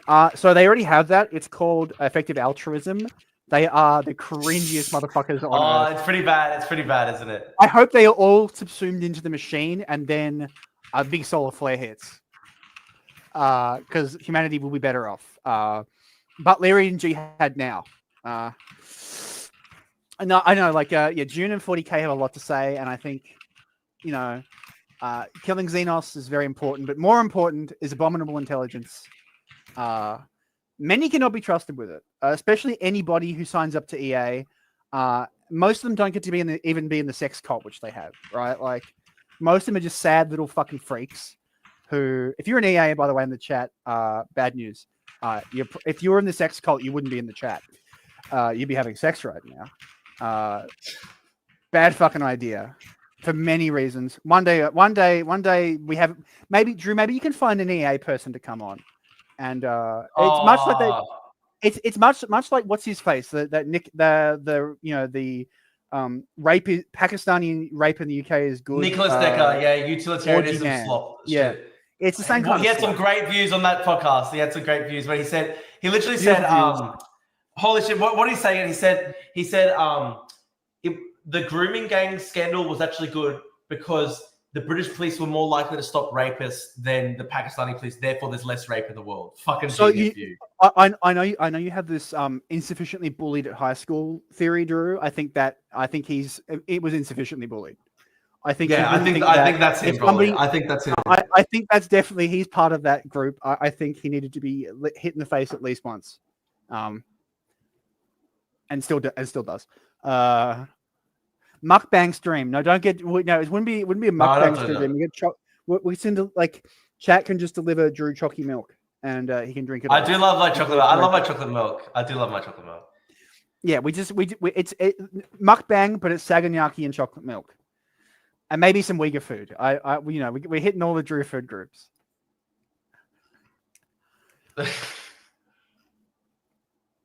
Not the video game publisher EA. That would be marginally more acceptable. It's called effective altruism. Robot cult.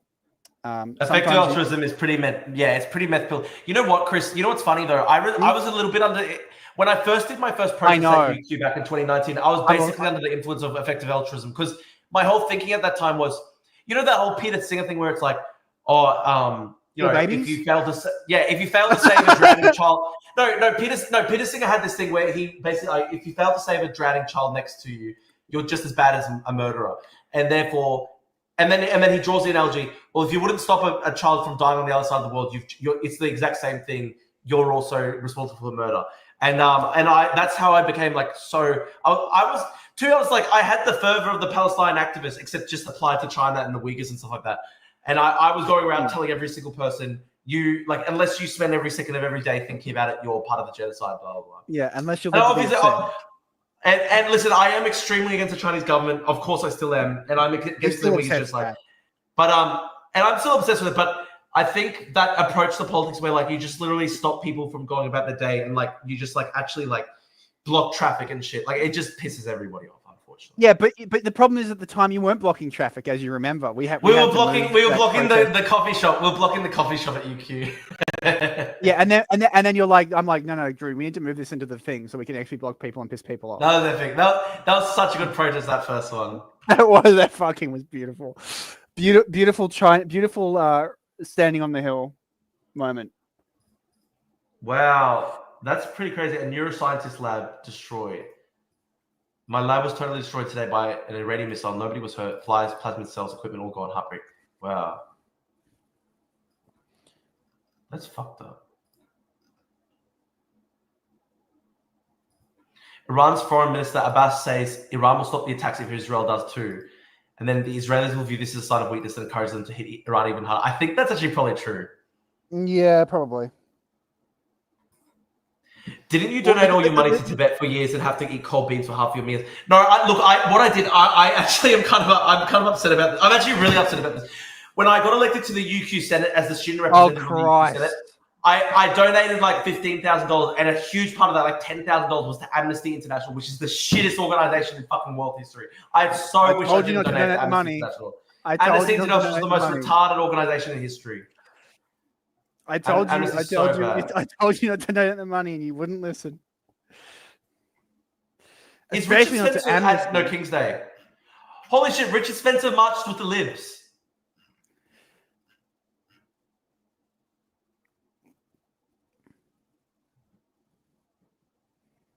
When's Drew doing the Richard Spencer podcast? We'll do it. Yeah. Do you think he's a lib now? How would you define his politics now, Chris? It's hard. Yes. I actually sent this to a friend, and I said, "Cool it with the anti-Semitic remarks, like with the American Psycho meme." I actually came up with that. I had that joke in my head before Richard Spencer posted it. Great minds think alike, I suppose. So you're also hailing our people, hailing victory, Drew. Good to know. No, I'm just saying that's disavowing. Like I don't like Stephen Miller at all, but it is a little bit anti-Semitic to portray him as a gargoyle, right? Because he's Jewish. I don't know. that is a little, yeah. I mean, Richard's got the insight on that. I think he knows a good canard when he sees one. Someone says this: those poking Drew here clearly feel him a threat to one's own sneaky endgame. Yeah, true. I'm fighting the good fight against the totalitarian forces. Richard Spencer, liberal women's hero. So true. So true. Why is he there? That's really interesting. He's been Richard Spencer. What do you want? Is he a lib now, or is he's still a white identitarian, right? I don't know. Who knows? Who really knows? Holy shit! Dude, the Israelis are doing car bombs in Tehran. That's fucked. How the turntables! Holy fuck! Oh, how the turntables! Holy fuck! My God, man. VBIEDs in Tehran, man, they are going full morale crippling. Holy shit.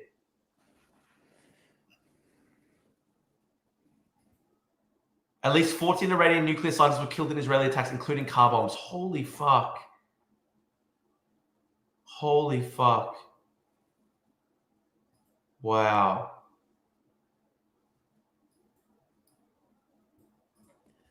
This is a great comment. Unlikely. Israel wouldn't do anything that could harm civilians. Well said.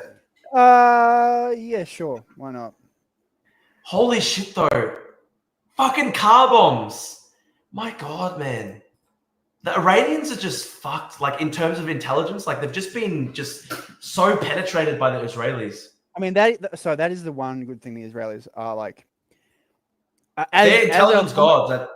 They're godly when it comes to intelligence. They're very good, but they're very good at it. Even if, yes, as our former prime minister would note, they are sometimes a little, You're talking about Kevin Rudd. Yes, I'm talking about Kevin Rudd. You know what though? I think let me say this. This might be problematic, but what I was reading it, and Kevin Rudd was getting really pissed at them because like Mossad, they use Australian passports. Mossad used an Australian passport to kill a Hamas guy. Listen, obviously, like, we don't want anyone, like, faking Australian passports. But seriously, who gives a fuck that they killed some Hamas guys? Like, come on. Like, it was literally a top I get that, but... and this is where I do have a bone to pick with the Israelis. They are very happy to use and abuse their so-called friends and allies and then just leave them for, like, high and dry. Right, they are very murky. Look, it's not good. It's obviously not good. Look, it's obviously not good to fake an Australian passport. Obviously, I condemn that. But at the end of the day, they killed some Hamas. They killed some top Hamas figure. Like, did Kevin Rudd really have to, like, fucking cry over a Hamas guy getting killed? Like, I don't think that's like that productive, right? My bet is that job. Drew, that is his job. No, right? You know what? To defend Australian interests, much as Chris, As you know what I think it is, Chris? Very happy to defend Australian interests. What? Go Chris, on. You know what I think it is? I think it was like, I think Kevin Rudd, obviously in Labor, it's very sensitive to, I'm trying to explain this, right? In Labour, it's very sensitive to be critical of Israel because obviously they are worried. Obviously, Labour is worried of being tarred with the sort of anti-Semitic brush, blah, blah. And I think a lot of the Labour leaders are always really sort of like, they're always like very sensitive in when they're criticizing Israel. And I think Kevin Rudd, like, he was probably trying to play to the Labour base by being like, oh, here's a safe issue to attack Israel on, going really hard on. And listen, like, it is bad what they did with the passport. I do agree. Of course, it's bad what they did. But like, I think he did make a big show and dance of it, and he probably did it to an extent that he was playing a little bit to the Labour base. I wish the Liberal National Party were that concerned with our international image and foreign affairs capability, but unfortunately, not. Yes, no, I see where you're going with that, Drew, but I think he was. Do you get what I mean? Right to do it. I know. He was absolutely in the right to do it. I know. Look, he's in the right to do it. All I'm saying though is he probably, like, it's one thing to obviously denounce what they did, but I think he probably made a bit of a show and dance of it because he probably wanted to be like, I think he probably wanted to show like the Labour left people in the party the Labour left people in the party are always sniping at Labour right, saying, oh, you guys are too pro-Israel. I think Kevin Rudd probably was thinking to himself, like, I will draw a really firm line here, and then that will like keep Labour left off my back. So I think it was probably a little bit of a political. I could fundamentally foresee Kevin Rudd drawing a line there anyway, because it is. Yeah, I guess so. It's bad. I am saying, of course it's bad. Of course it's bad that they faked an Australian passport. All I'm saying though is like I don't really care that they assassinate some Hamas guy though. Like at the end of the day, they assassinated a terrible person. I'm not going to cry over it. No, I'm not crying over the person. I'm. Yeah. I don't give a shit. I agree with you. Like. If they could have used somebody else's passport to kill that guy, I'd be happy. Right? That's how I would say it. Right? Okay. It doesn't help the perception about Israel. Also, the reason that they do use those, and that they have a program to use, like it doesn't help the canard of dual loyalty, right? Like honestly, they do themselves no services sometimes. Look. But here's the thing at the same time, Chris, they don't really give a fuck about how people perceive them because I think their mindset is, well, everybody fucking hates us anyway. We're just going to do what's good for our country and defend ourselves. And look, I fucking admire that to an extent. I get it. I absolutely get that. I actually admire it to an extent because if you compare it to like most Western leaders, like Amnesty International will issue a report and be like, you have to like fucking cuck yourself. And then like every Western leader's like, okay, we have to do it. Like then we cuck ourselves, right? And then like fuck. So what I'm saying, I do admire the Israelis that they have the gumption to go out and fucking just like. I mean, that Hegel saying that it's like reach out of the world. That's what the British Empire used to do, and then we get like you can't do that. You can't do that. No. It was sick. It was sick. We ruled over a fucking quarter of the world's fucking surface and a third of its people. Fuck you. It was sick. I will make no bones. I don't give a fuck. I'm saying the whole thing where it's like reach over the world and like master it. You know that thing. Like I respect that element to what they're doing, right? Obviously, I do want to clarify. It's fucked up that they faked an Australian passport. I do think that's fucked up. But I think he was probably. I think Kevin did make it like a big show. I'm sure Kevin had a spurg rage about it. Like because I've seen someone in the chat say he probably got some pats on the back from Indonesian or Malaysian diplomats. Like that's probably the kind of mindset, right? Whereas like. The different mindset, my mindset is like, look, it's fucked up they use an Australian passport. I think that's bad. Obviously, you have to defend Australia's interest. If they'd used another person's passport to kill the Hamas guy, I'd be happy. Like, I still think the overall objective of killing a Hamas guy is good. Just don't use an Australian passport. That's my mindset, right? Go for like. That's what I would. If I was the Australian Prime Minister, that's what I'd say to Israel. I'd be like, listen, I think it's fucking base that you killed the Hamas guy. Just don't use my fucking passport. Never use the passport. Right? Never use the passport again, or you will all be expelled. Fuck you! Like, don't do that. Like, there is like. I probably wouldn't say that harshly, but I'd say, listen. I support you killing the Hamas guy. Just don't use our passports. Classic, right? Yeah, you just really like. Yeah, I think that for a country that you should like at least regard marginally friendly, you shouldn't do like that's. We're a friendly country. I agree. So we're a friendly country, so they shouldn't do it to us. Is what I'm saying. I agree with that. Yeah, but they will. But they do. This is not the first, and I'm not even going to say the next line, but you know what I could say. This is what somebody says. I think this is true though. As an Israeli, I believe you hit the nail with it. Generally, Israel doesn't need to ask for permission to fly. No, listen, you know that movie Munich? Like, I love that movie Munich because it's just like, it's like Golda Meir. She's just fucking hardcore. She just sits down and she's like, we're just gonna get all the guys who did this. And it's a fucking base. They did it, right? Like hunting down all the Black September operatives that did that fucked up thing at the Olympics. They literally castrated the Israeli athletes and then killed them all. Honestly, I think the Munich, like hunting down every single one of them was so unbelievably based. So, you know what probably happened to me, Chris? I watched Munich when I was a kid, that awesome Steven Spielberg movie. I probably fell for the Israeli propaganda like when I was a kid. Yeah, too late. It's too late. I watched the movie. I was like, these guys are fucking cool. They fought, like, the evil terrorists killed their guys at the Olympics, and they just hunt down all the terrorists. Fucking based. And we should and honestly, the Australian government should go send killers to go find the Bali bombers and fucking shoot them in the back of the head. Now they're released. We should do that to the guys who shot down. No. You know what we should have done? Russia shot down MH17. Gherkin killed 27 Australians. We should have had an Australian fucking like Munich operation, just finding Gherkin in fucking Moscow and just blowing his head off. That's what we should have done. Australia, we had balls. That's what we should have done. Yeah, but what, like as if Putin wouldn't have cried. Putin wouldn't have cried. Gherkin's currently in Russian prison, so he was always a problem for Putin. Just go. He was living in Moscow for 6 years. Have you seen that photo of Gherkin on the train? He was like, you know that photo where it's like Gherkin, and it's like, I'll find that Gherkin sitting on the train. We could have literally just sent somebody. If we had balls, we could have fucking just killed him. Gherkin sitting on train. Am I allowed to say kill on YouTube? Do I have to say unlived? I don't know. Probably almost everything I say is not allowed on YouTube, but Strelkov sitting on train. You know what one I'm talking about? Yeah, no, I agree with yeah, you know this image? The UN General Assembly is a whiny baby club for countries that don't matter. Yeah, dude. The UN condemned Israel for... This is the funniest fact ever. The UN condemned Israel for arresting Eichmann. Who gives a fuck, seriously? If you're Israel, you can't arrest Eichmann, what about Argentina's sovereignty?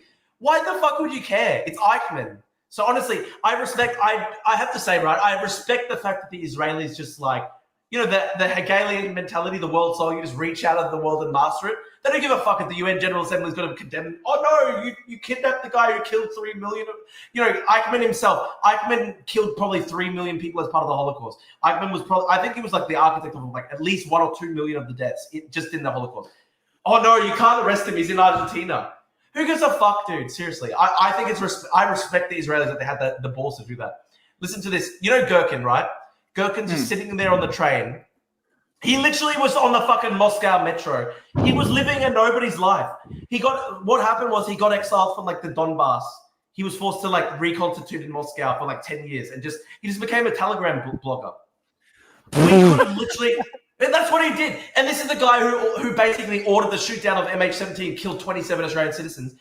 You know when Tony Abbott said we're going to shirt front Putin? They didn't go hard enough, man. They didn't go hard enough. He literally we should have had like an Israeli style fucking Black Ops operation, just hunt down Gherkin wherever the fuck he was, just literally fucking ice him in the back of the neck in the fucking Moscow metro. That's what we should have done. If we had the balls to do it. It's fucking sad, man. It's fucking sad. Drew's gaming. Just Gherkin sitting there on the fucking Moscow metro, just Trotsky ice pick the cunt. Seriously. He killed 27 Australians on board MH17. Yeah. No, it's... Thought Drew was going to say he had respected Eichmann. No, of course not. No, what I'm saying is... No, of course. I'm saying, right? I'm just saying, the UN literally condemned Israel for taking Eichmann. From like fucking base that Israel took Eichmann. The UN's a weenie assembly. Nobody cares. Like the Weenie Hut shooter. Weenie Hut shooter. They did one good thing ever in Korea, and that's about it. Like, apart from that. And they only got to do that because the Soviets had boycotted it. Yeah. This is the UN. This is the UN General Assembly. The UN General Assembly. We can't hear the audio, unfortunately. Wait, can you hear this now? No. Hang on. Let me try this. Hang on. Let me know if you can hear it now. Hang on. Oh, by the way, Klungo, thank you for another $10 super chat, brother. Thank you so much. Salute, Yeah, brother. Drew's Salute. popping off. He's going to break a glass and We're eating tonight. We're eating tonight. I'm working myself up into a frenzy. Watch this. Watering my spice garden, and I only cried for. Hey, it works now. I think you'd be more comfortable over that. Too tough for me? That's downright ridiculous. I'll have you know, I stubbed my toe last week while watering my spice garden, and I only cried for 20 minutes. Listen, kid, I think you'd be more comfortable over at that place. Weenie Hut Juniors? Are you saying I belong at Weenie Hut Juniors? Oh, no, sorry. I was actually pointing to the place next to it. Super Weenie Hut Juniors? Yeah, unless you think you're tough enough to fight me. That's it. Literally, that's UN General Assembly, Weenie Hut Jr. Yeah, oh, no, you're not allowed to... Like, Eichmann killed millions of your people, and you're not allowed to fucking kidnap him. Who gives a fuck? No. Angola and Bolivia voted for, like, on some, like, retarded set of riots. Don't care. Bolivia voted to say that, like, Israeli, like, Zionism is... Well, there's some UN... Remember the retarded UN General Assembly motion that said Zionism is racism or something like that? I don't care. I would just assume that all UN General Assembly slop is ressentiment nonsense. So literally, who cares? It's all ressentiment nonsense. Who cares? Someone says it is fine to have these positions, but do not say that you champion human rights or international law. I don't do that anymore.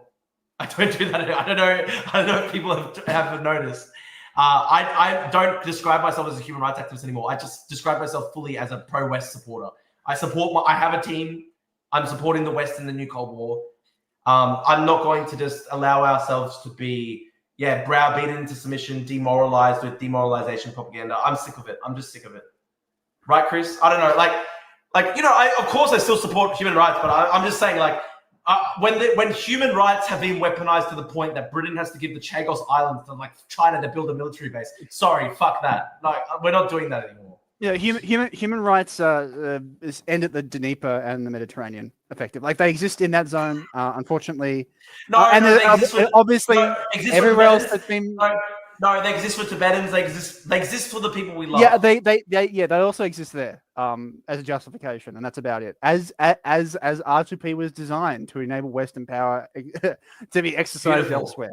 However, like, it doesn't extend to literally infinite fucking people from, Sudan just being, we're just to import all of them because human rights said so. No, they were set up after the Second World War for a very specific purpose. I'm just saying, I'm just saying, I think I love the concept that all human beings have innate dignity. I still believe that. But what I'm saying, right, is the international, like, human rights NGO slop movement is literally just designed to kill the West. That's what it is. Unfortunately, it's communist. It's literally. I saw this in Amnesty.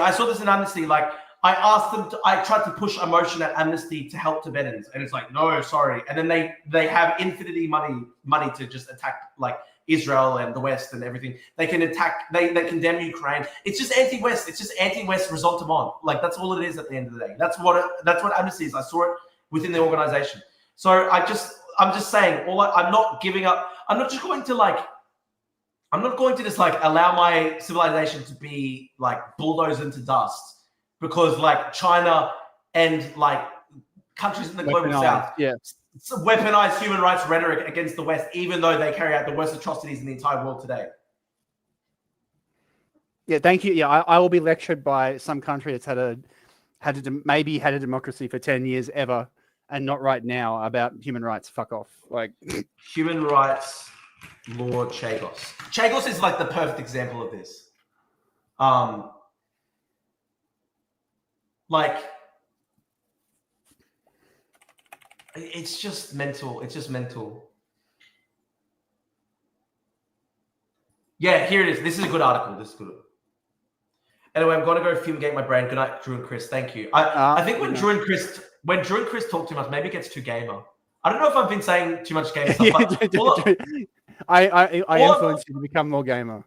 No, but all I'm saying though, like someone in the chat was trying to attack me. They're saying, "Oh, you describe yourself as human rights activist." I used to have human rights activists in my bio. I don't describe myself as a human rights activist anymore because human rights activism has been weaponized by communists basically against the West. Look at Greta Thunberg. All she ever does is attack the West. That's all she does.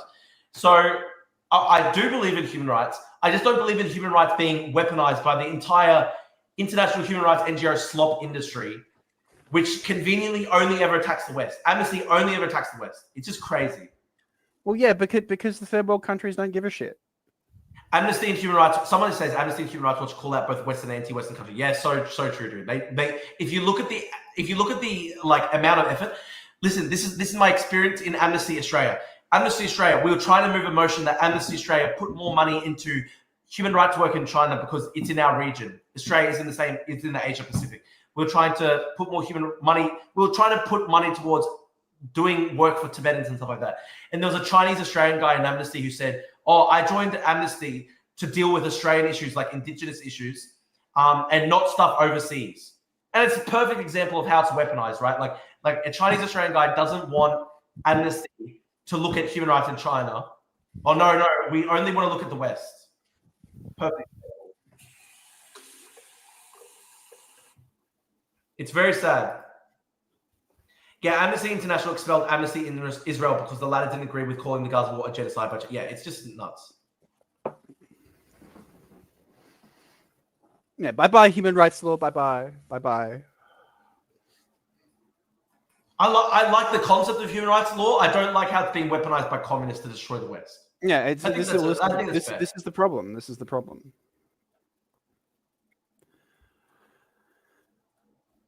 Yeah, 190 countries very good at finding the last 25 to go pursue them for perceived human rights abuses. Countries which beautiful human rights.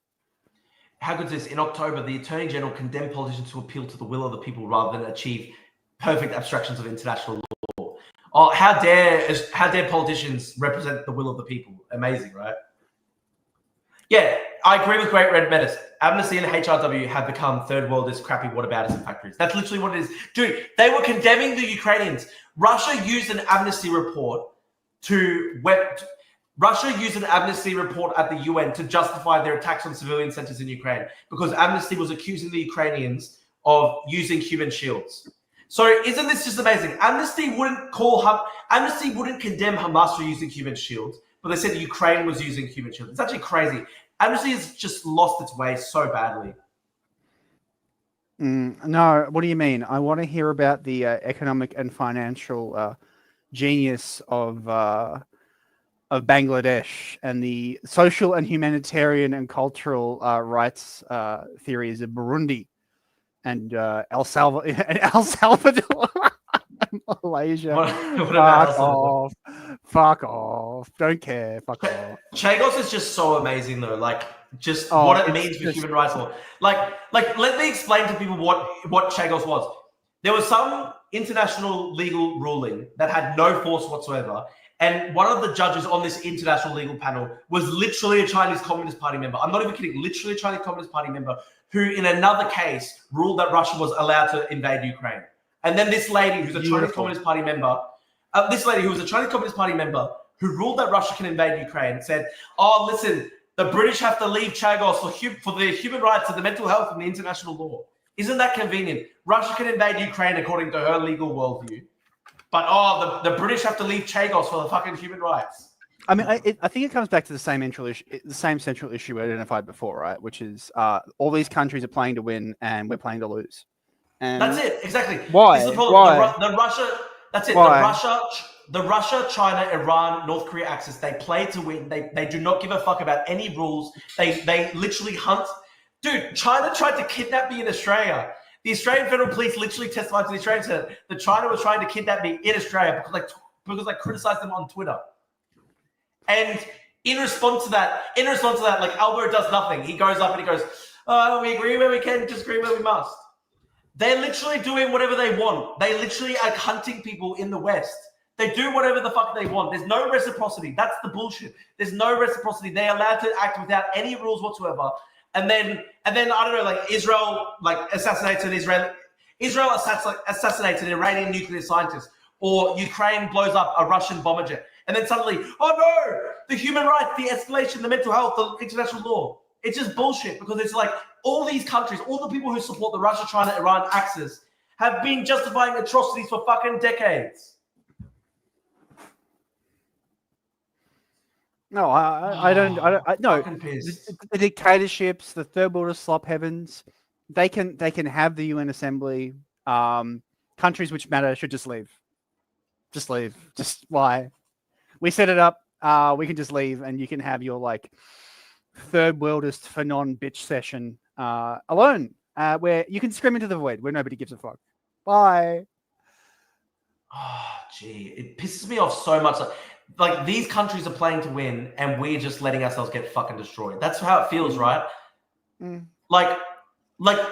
is the perfect example because like Russia, every single day they're carrying out terrible atrocities in Ukraine, and then all these people complain when Ukraine even just strikes back against their actual bombers. It's fucking crazy. Like nobody, people just straight up think it's mean to fight a war and it's mean to try and win a war that you're fighting. If a war is thrust upon you and you actually have to fight to ensure the existence of your country, apparently it's mean to even fight to win. It's just retarded. Look, I've got 2 articles I want to bring up on the stream before we end today. It's really good. These are really good ones. Hang on. Before Drew smashes another glass. Yeah, I'm getting so pissed off at the Chagos thing. Chagos thing actually kills me, dude. Such a good example.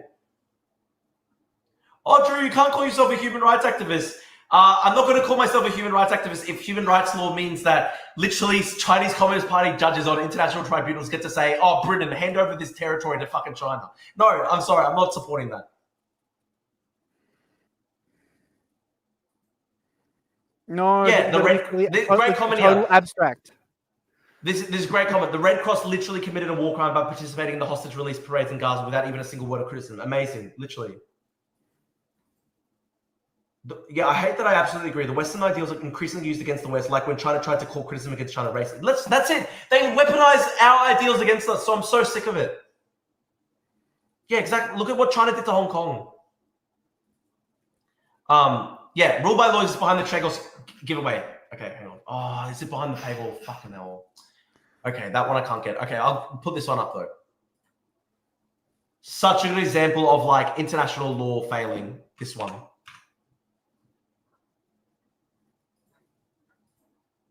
Oh, hang on.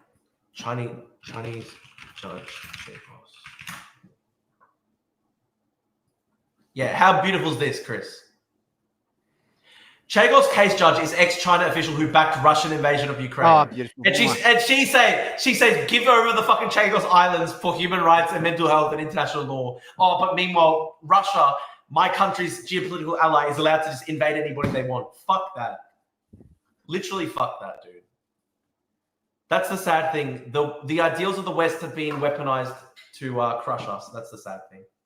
Very sad, very sad. So many such fucking cases.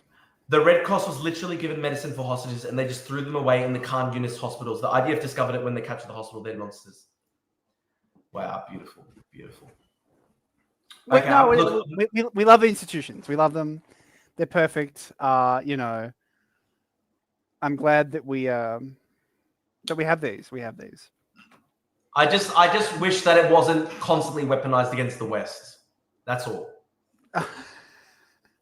No, I think we should just bend over backwards to fulfill a set of abstract ideals which these countries which they don't even follow themselves. Never held and don't adhere to. Is it how fun? Like how funny is it? For example, how funny is it Iran?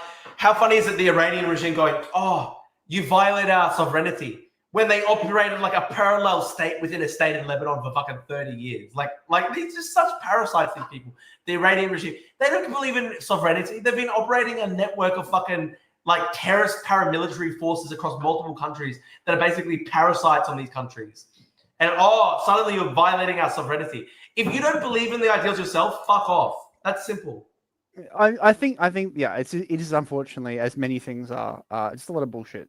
Like just okay.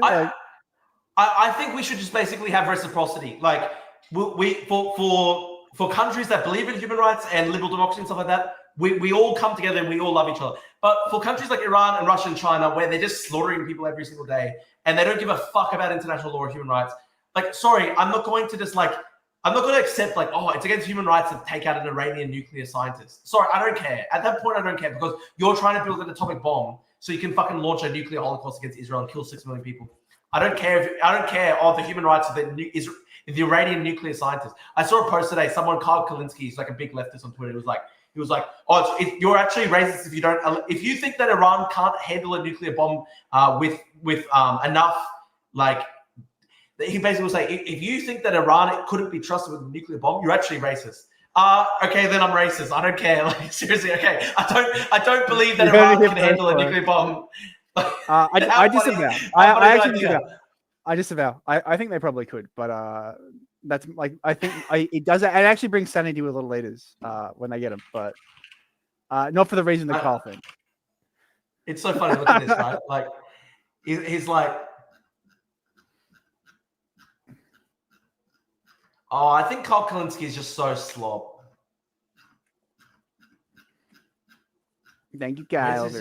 Where's this retarded Iran post? Yeah, Kyle Kalinske basically says it's actually racist to believe that the Iranians can't be trusted to not blow up the world. You're actually racist if you don't want the Iranians to have a nuclear bomb. Okay, then I'm racist. I don't want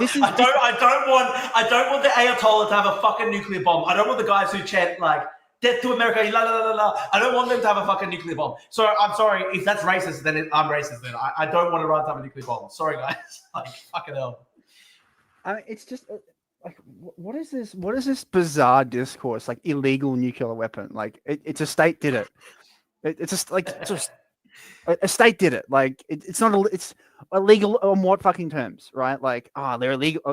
Shut the fuck up. Like, what law? Call the cops. Call the cops, right?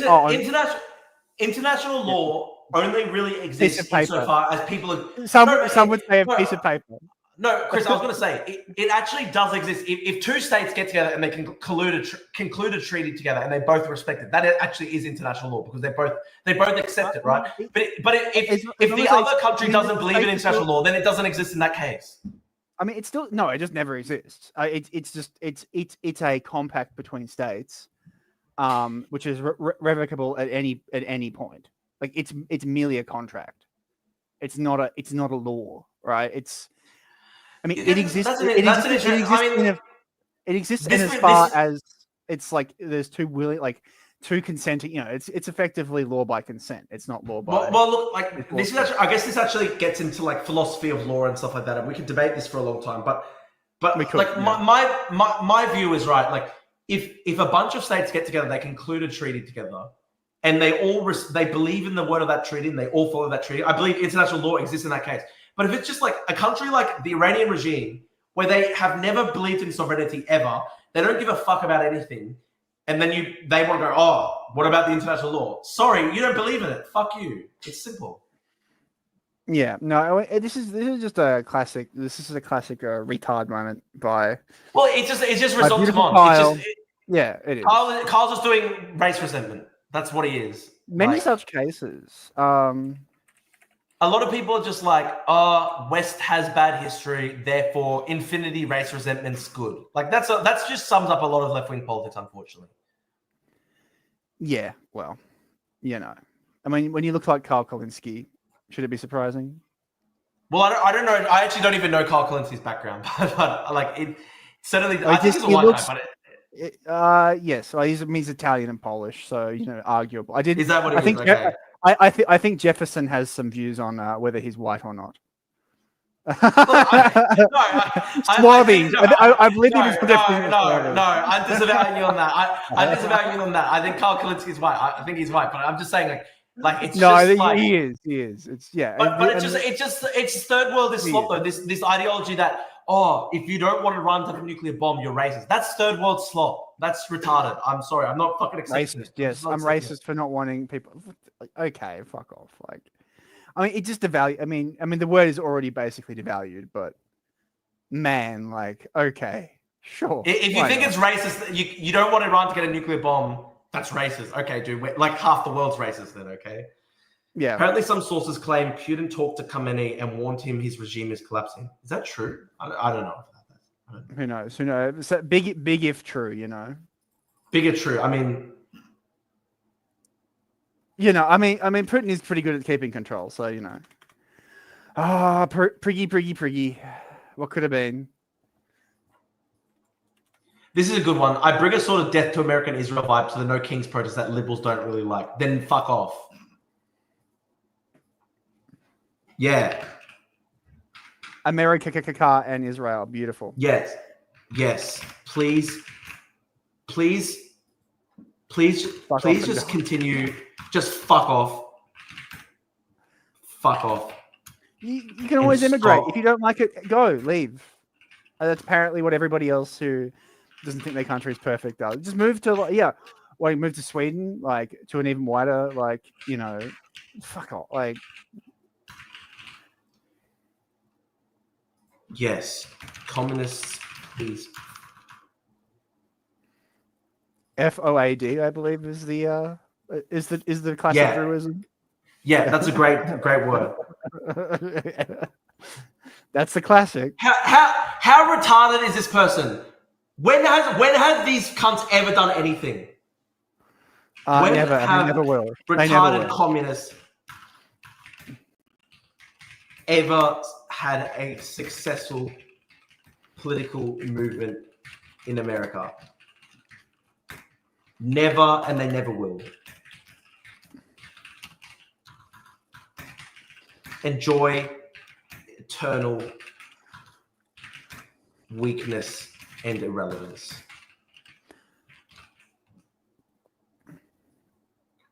Literally facts. I hate these people so much. These people bring a certain scrimmy into the void kind of vibe to the political discourse that I love to see, actually. Such a point. The comments are so such beautiful. fucking pointless. It's so beautiful. I mean, you know, it's the same as dealing with on-campus ones. It's just like, man, like, you get what you want, and you really don't get what you want, huh?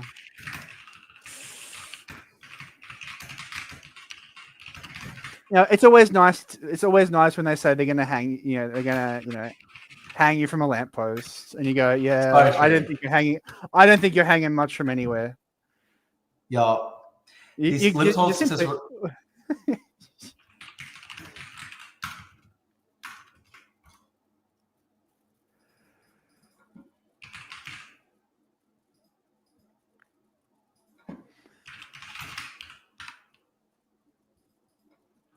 Literally fuck them. I hate them so much. Just literally, if you hate America, if you're death to America, just literally leave the fucking country then, dude. Literally leave the country. This is kind of a funny post by Pascal. I'm not agreeing or disavowing, it's just interesting. No comment. No comment. It's I think perhaps. It's true. Anti-Semitism is third world coded. It's true. Yes, unfortunately, very poor anti-Semitism is enough to make. What's the line? Tasteful anti-Semitism is repelled by third worldist anti-Semitism enough to make any tasteful amount of it you immediately pro-Zionist. Where's the line? We'll get it for you, Drew.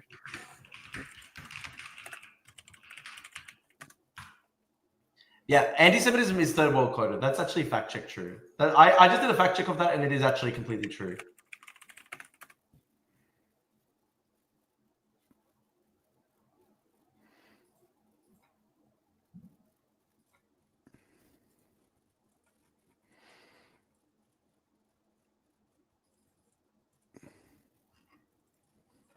Drew's always fact checking true.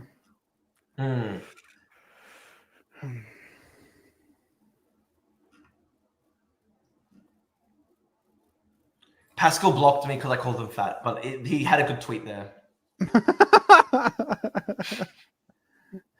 No, Drew, you can't call him fat.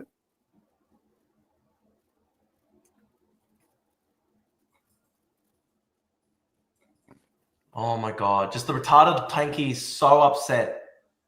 Stop fucking poisoning everything. Fuck off. The left always wants to subvert the liberal protests. Fuck off, seriously. This is great. This is great. Make it unlikable. There you go. Mwah. Cars carrying Iran's nuclear scientists and the IRGC elite have started simultaneously exploding in the heart of Tehran. It looks like the Mossad still has a few tricks up its sleeve.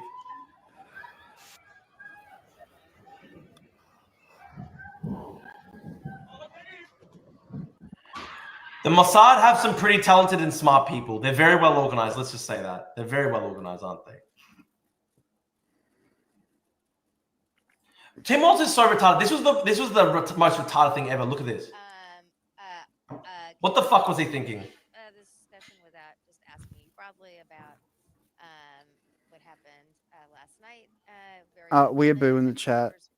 Yes, but We have Israel striking Iran, and you know, in escalatory, I think would be an understatement. So, what are your thoughts on that? Yeah, deeply concerned. I think we know deeply concerned. The Middle East and deeply concerned. A lot of folks here and across the country. The situation in Gaza is intolerable, and it became a central focus in the campaign, and I would say rightfully so. It's human rights issues, how we're going to try and attempt to get a two-state solution where we can allow folks to live peacefully and coexist and have their own self-control or self-determination. Where's the part where he gets to China? The issue now in the spreading of this, over and over again, we're going to have to face the reality. It might be the Chinese folks to live peacefully, coexist, and have their own self-control or self-determination. The issue now in the spreading of this, and I have to be candid with you, I was there during the debates, and I voted for the Iran nuclear deal. I think it was one of the most and I said in there, just to be clear, with the Russian ambassador, with the French ambassador, with our negotiators, with everybody was there to bring about the capacity to stop Iran's nuclear capacity, but in a way that was not so punitive that we would hamper some of their economic growth. I truly worry now. I'm sure there's great strategic thinkers in the Trump administration that have now said, how is this going to, a tweet from the president today said, I told them they should have done something, and now here we are. Yeah, here we are with the Middle East back on fire in a way that is now expanded with Iran. Such a bad take by Tim. In their mind, I'm sure. And now, who is the voice in the world that can negotiate some type of agreement in this? Who holds the moral authority? Who holds the ability to do that? Because we are not seen as a neutral actor, and we maybe never were. I don't want to tell anybody that. I think there's a lot of people say you always lean one way in this, but I think there was at least an attempt to be somewhat of the arbitrator in this. We saw President Carter do it with Begin and Sadat. We've had certain wins along the way that we're actually usually. Oh yeah, President Carter. Yeah, brilliant. Oh, brilliant. Hey, listen on China. Tim Walz. Thank you, Tim. We're gonna have to face the reality. It might be the Chinese, and that goes against everything they say they're trying to do in terms.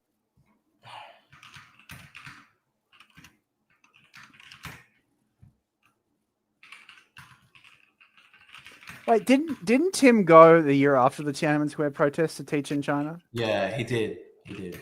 Beautiful mind. Beautiful mind. That's all I'm going to say. That's the year I would go to China personally if I wanted to teach there. Fucked up.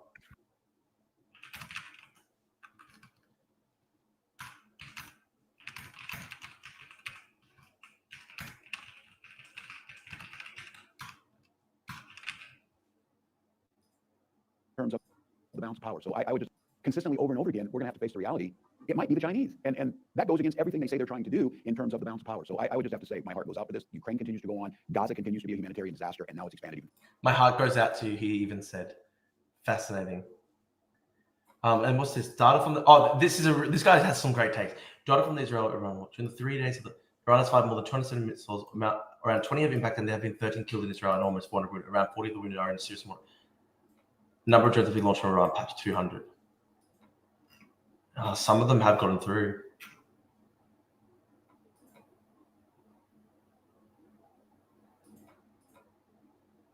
God. They probably suck ass at. Building that was hit last night by the Iranian missile right near here. It's badly damaged. Wow. And the work of dealing with all the debris and everything continues to go on about 12 hours later. The whole neighborhood around here. That's a direct hit. Wow, that's crazy.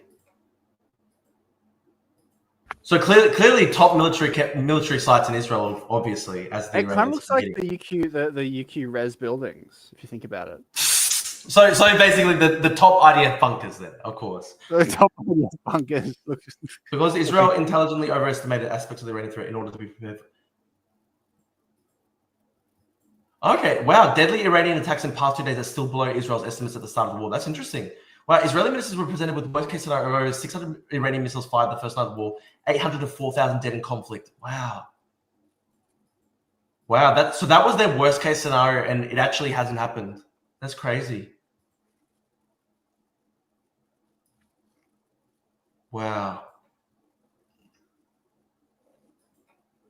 So their worst case scenario was Iran killing 800 to 4,000 people, and they've killed 13 in real life.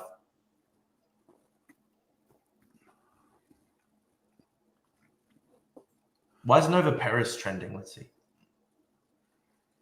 Oh, they're upset that Nova Paris is in Israel. They're really upset right now. How dare she be an indigenous lady who's not towing the communist line straight 100%. They're really upset then. Oh, okay. All right. Listen, maybe we'll end the stream now. Wait, hang on. Didn't you see Sulaiman Ahmed's Islamic Republic propaganda video with secret airplanes that Star Destroyer hit an Israeli apartment building? Yeah, I saw that. That was retarded. That's where it is.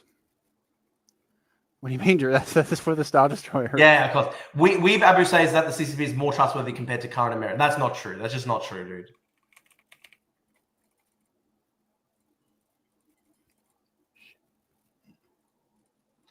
All right, guys. All right, listen. We're gonna end the stream today. 2 hours 20 minutes in. Drew Pavlis Show, episode 62. Thank you for joining us with the Fortress of Righteousness.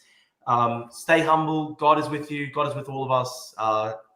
God bless you all. Thank you very much, and thank you for entering the palace of my mind for the past 2.5 hours. And I'll see you all tomorrow. Thank you so much.